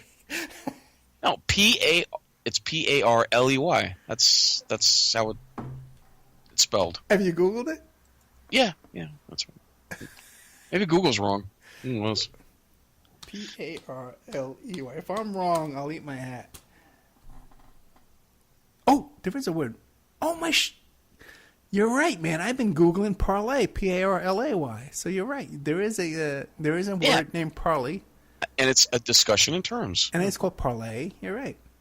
Yeah, thank you. Mike Gray, I have to apologize to you. What I'm Finally, I get an apology from Ed Opperman. Now, let me tell you something. Okay. When I'm wrong, I'll admit it. All right. Yeah, that's- right. Where's Victoria? Oh, Vic's, she's having a pool party tomorrow, so she's getting So things. what's this? You're cleaning your carpets, or? Yeah, carpets, cleaning I the used to house. clean carpets for a living. Did you really? For 3 or 4 months for my stepfather. Yeah, I did it. Do you know that I made some? We only got a couple of minutes left, but do you know that I made homemade carpet shampoo? How'd you do that? Yeah, with either Windex or Tide or some kind of laundry A detergent. little bit of Tide. Yep, I got the Yep. formula right here. It works very, very good. Yep. You did that too? Yeah, sure. We made our own. See that, man? You take a little, any laundry detergent, you just put it in the water, and yeah, that's it. Well, there's another. That's a special formula. And then they had an enzyme spray that you could spray on the carpet for, and that would loosen up the dirt before, yeah. Okay, the formula that I looked up online, and it's so freaking cheap, it's not even funny. It's like a tablespoon or 2 tablespoons of Tide, and then you go to the dollar store and you buy that awesome cleaner. It's $1 for that. Use a 1/4 cup of that, and then some OxyClean. Again, dollar store, $1. You use a little Right, yeah. 1 scoop of that, and the rest is water. And you can add Downy fabric softener too, and make the house smell great. And I tell you, the carpets look great, and so I'm very excited about this. And I'm looking forward to next week's show when I'm going to do my windows. And I'm going to talk about my windows next week. And Wow. then the toilets for my grand finale show. And then after that, I'm leaving the country. Okay. And I'm never coming back. Listen, guys, we had a lot of big shows coming up. Down to the last couple of minutes, we're going to say goodnight to the Awake Radio Network and 1800s and Shizaz and all these guys. And to Wolf Spirit Radio from good old JP. Next week coming up is either the Princess Di show or the Dean Henderson show about Hugo Chavez. Got a lot of big shows coming up, man. And Neil Sanders about mind control. And, oh boy, all kinds of stuff. And we got to be careful about mentioning too many shows because a lot of other hosts start stealing our. Yeah. Neil Sanders, Dean, what was his name? Dean what? Dean Henderson. How do I get a hold of him? You can't. Because the first thing I do when I book these guests is I tell them if anyone calls from Parlay to let me know immediately so we can shut you down. All right, guys. Okay. Good night. We love you all. I'm going to drop all you guys off the server here. You have to be on your own after this because I'm hanging up. So if you're All over there right. in Awake in the Awake handoff room, be sure to pick this up because I'm about to hang up. Let me see. How do I do this? First time I've ever done this tonight. Good night. I love you all. Good night.